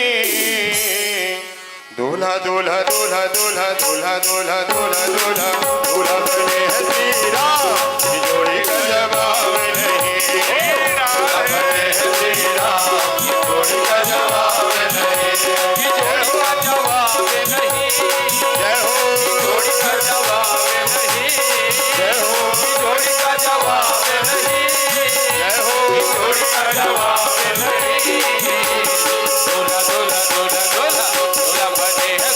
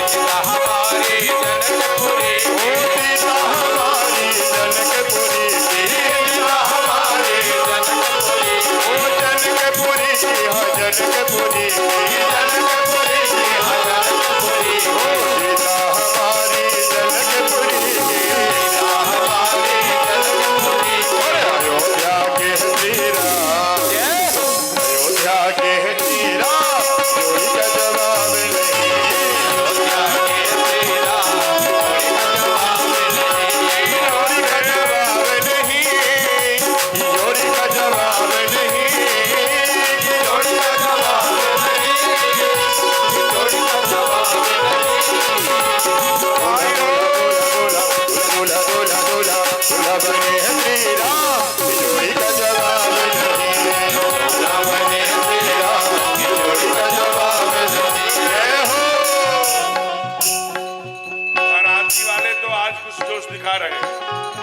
बाराती वाला एकदम मौन है। और एक भी कोई बाराती का निकल के आए, ठाकुर की शादी है, ऐसे तुम लोग रोज गाते आज मेरे,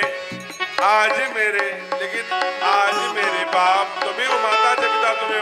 ठाकुर की शादी है, जरा कोई दूसरा करना भैया। मत हो गई रे राम की दीवानी, जो गन बन नाचोगे। मत हो गई रे राम की दीवानी, जो गन बन नाचोगे। मत हो गई रे राम की दीवानी, जो गन बन नाचोगे। मत हो गई रे राम की दीवानी, जो गन बन नाचोगे। ओ पुरो को नहीं तो को मैं दीवानी हो गई, लोगों को पुरो को नहीं तो को मैं दीवानी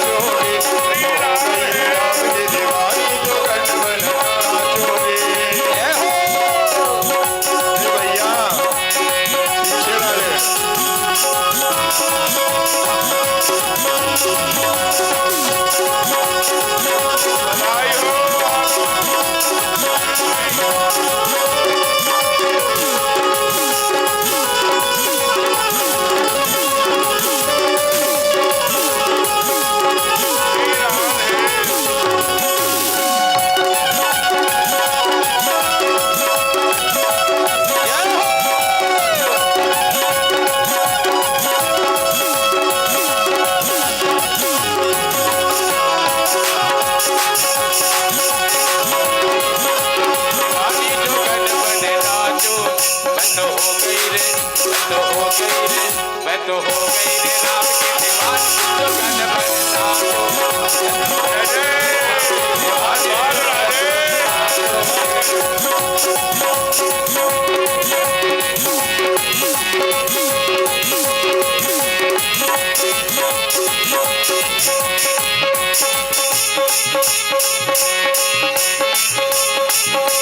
अंग अंग नाम तेरा लिख दियो सामने, अंग अंग नाम तेरा लिख दियो सामने, ओ अंग अंग नाम तेरा लिख दियो सामने, अंग अंग नाम तेरा लिख दियो सामने, तेरे ही आराधना में नैन भय बाबरे, तेरे ही आराधना में नैन भय बाबरे, ओ तेरे ही आराधना में नैन भय बाबरे, तेरे ही आराधना में नैन भय बाबरे, तेरी बन के रहूं साथी मैं तो दर्शन की प्यासी, तेरी बन के रहूं साथी मैं तो दर्शन तेरी बन के रहूं दासी मैं तो दर्शन की प्यासी, तेरी बन के रहूं दासी मैं तो दर्शन की प्यासी, बस प्रेम का मैं तो जागूंगी।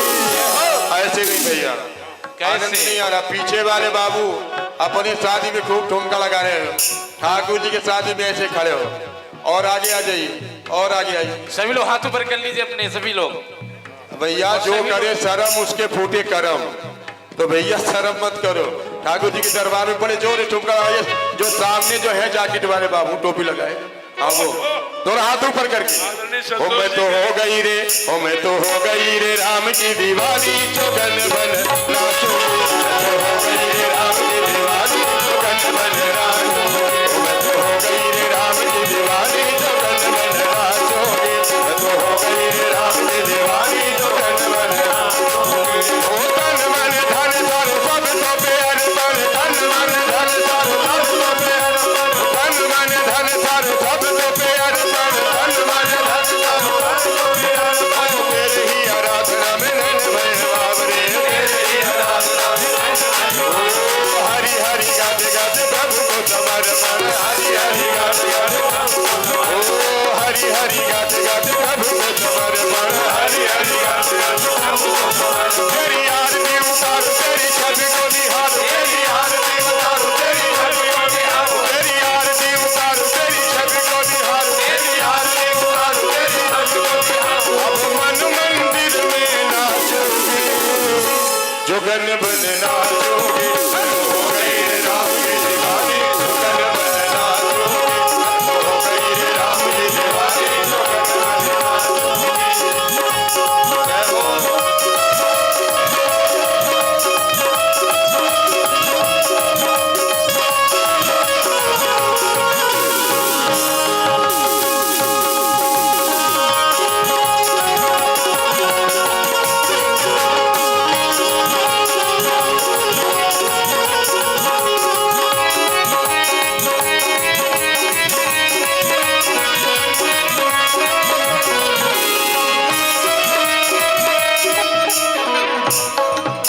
भैया हो गया उत्सव।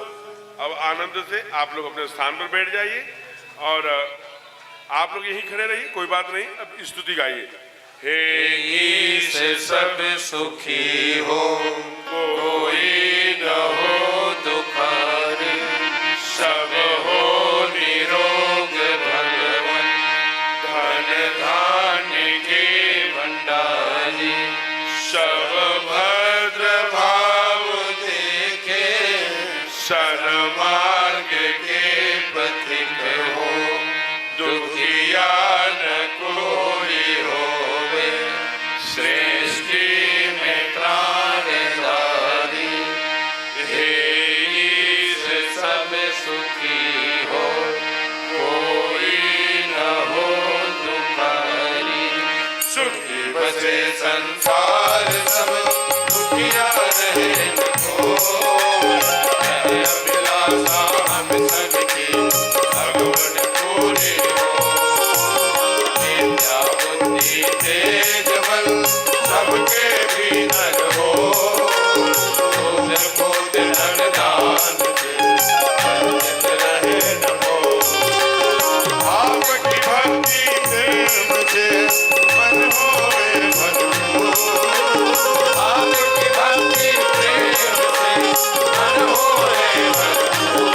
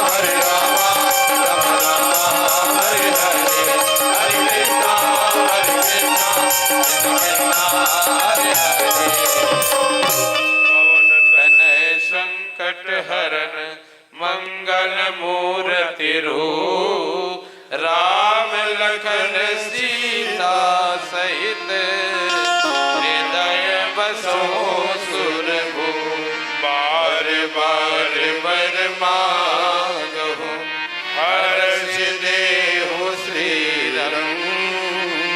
पद सरोजन पायनी भगति सदा सत्संग सियावर रामचंद्र की जय। मेरी ओर से 3 सूचनाएं हैं। चौथी और अग्रिम सारी योजनाएं सूचनाएं आदरणीय संचालक महोदय जी मंचासीन हो गए हैं, वो बताएंगे। पहली सूचना है नित्य की भांत नीचे आने पर कोई भी पैर नहीं छुएगा होगा। कल 7वां है, विराम है और विराम की वेला में कल बहुत सुंदर पूरे कथा के महात्म का जो निचोड़ है वो विषय आएगा। कल अवध से बारात आएगी, गाजे बाजे के साथ सारी गीत होंगी, गालियां होंगी, लगन होगी। विवाह में भगवान ने किन किन विषयों को बड़ा महत्व दिया, वो जीवन में पति को भी पत्नी को अपनाने योग्य विषय आएंगे। फिर बेटी विदा होगी, बेटी को 34 सूत्र मां बताएगी। जीवन में ससुराल में बेटा इन 34 बातों को ध्यान में रखना, जिसमें प्रमुख 9 बातें होंगी जो बेटी को उसकी माँ सीता मैया को बताएगी। वो 9 बातें हम भी अपने बेटी को बता सकते हैं, वो कल का विषय होगा। कल अवध में माँ आएगी, सुंदर होगी। जब ते राम ब्याही घर आए, नित नव मंगल मोद बधाए, नितमय मंगल होंगे। हम लोग कल गाएंगे, आज अवध में होली रे रसिया। कल अवध में होली भी मनेगी। हम अपने घरों से थोड़े फूल ला सकते हैं, रंग की होली नहीं फूलों की होली होगी। ये रंग वंग की होली तो भी आपने खेल करके अभी बिताया ही है, इसलिए कल फूलों की समापन में होली होगी। कल का महत्वपूर्ण बहुत ही सुंदर कथा है। आज पहली बार थोड़ा सा आप मतलब 3 बजे से 7 बजे तक 4 घंटे समय दिए हैं। अगर इतना समय हम लोग पहले दिए होते तो निश्चित रूप से कथा बहुत आगे गई होती, जल्दी जल्दी में जो इतना बन पाया। आज के विवाह की ढेर सारी मंगल कामनाएं आपको। संयोग अच्छा है। आदरणीय संतोष जी सोनभद्र से चलकर आए हैं और ये 10 केजी मीठा लेकर आए। मिठाई बधाई हो, मिठाई हो हम लोग कहते हैं, क्योंकि यहाँ कोई एक निश्चित यजमान नहीं है। अभी भैया वो चला रहे हो, हलो हरिओम चला रहे हो, लाइव चला रहे हैं, अच्छा ठीक बात, चलाते रहो।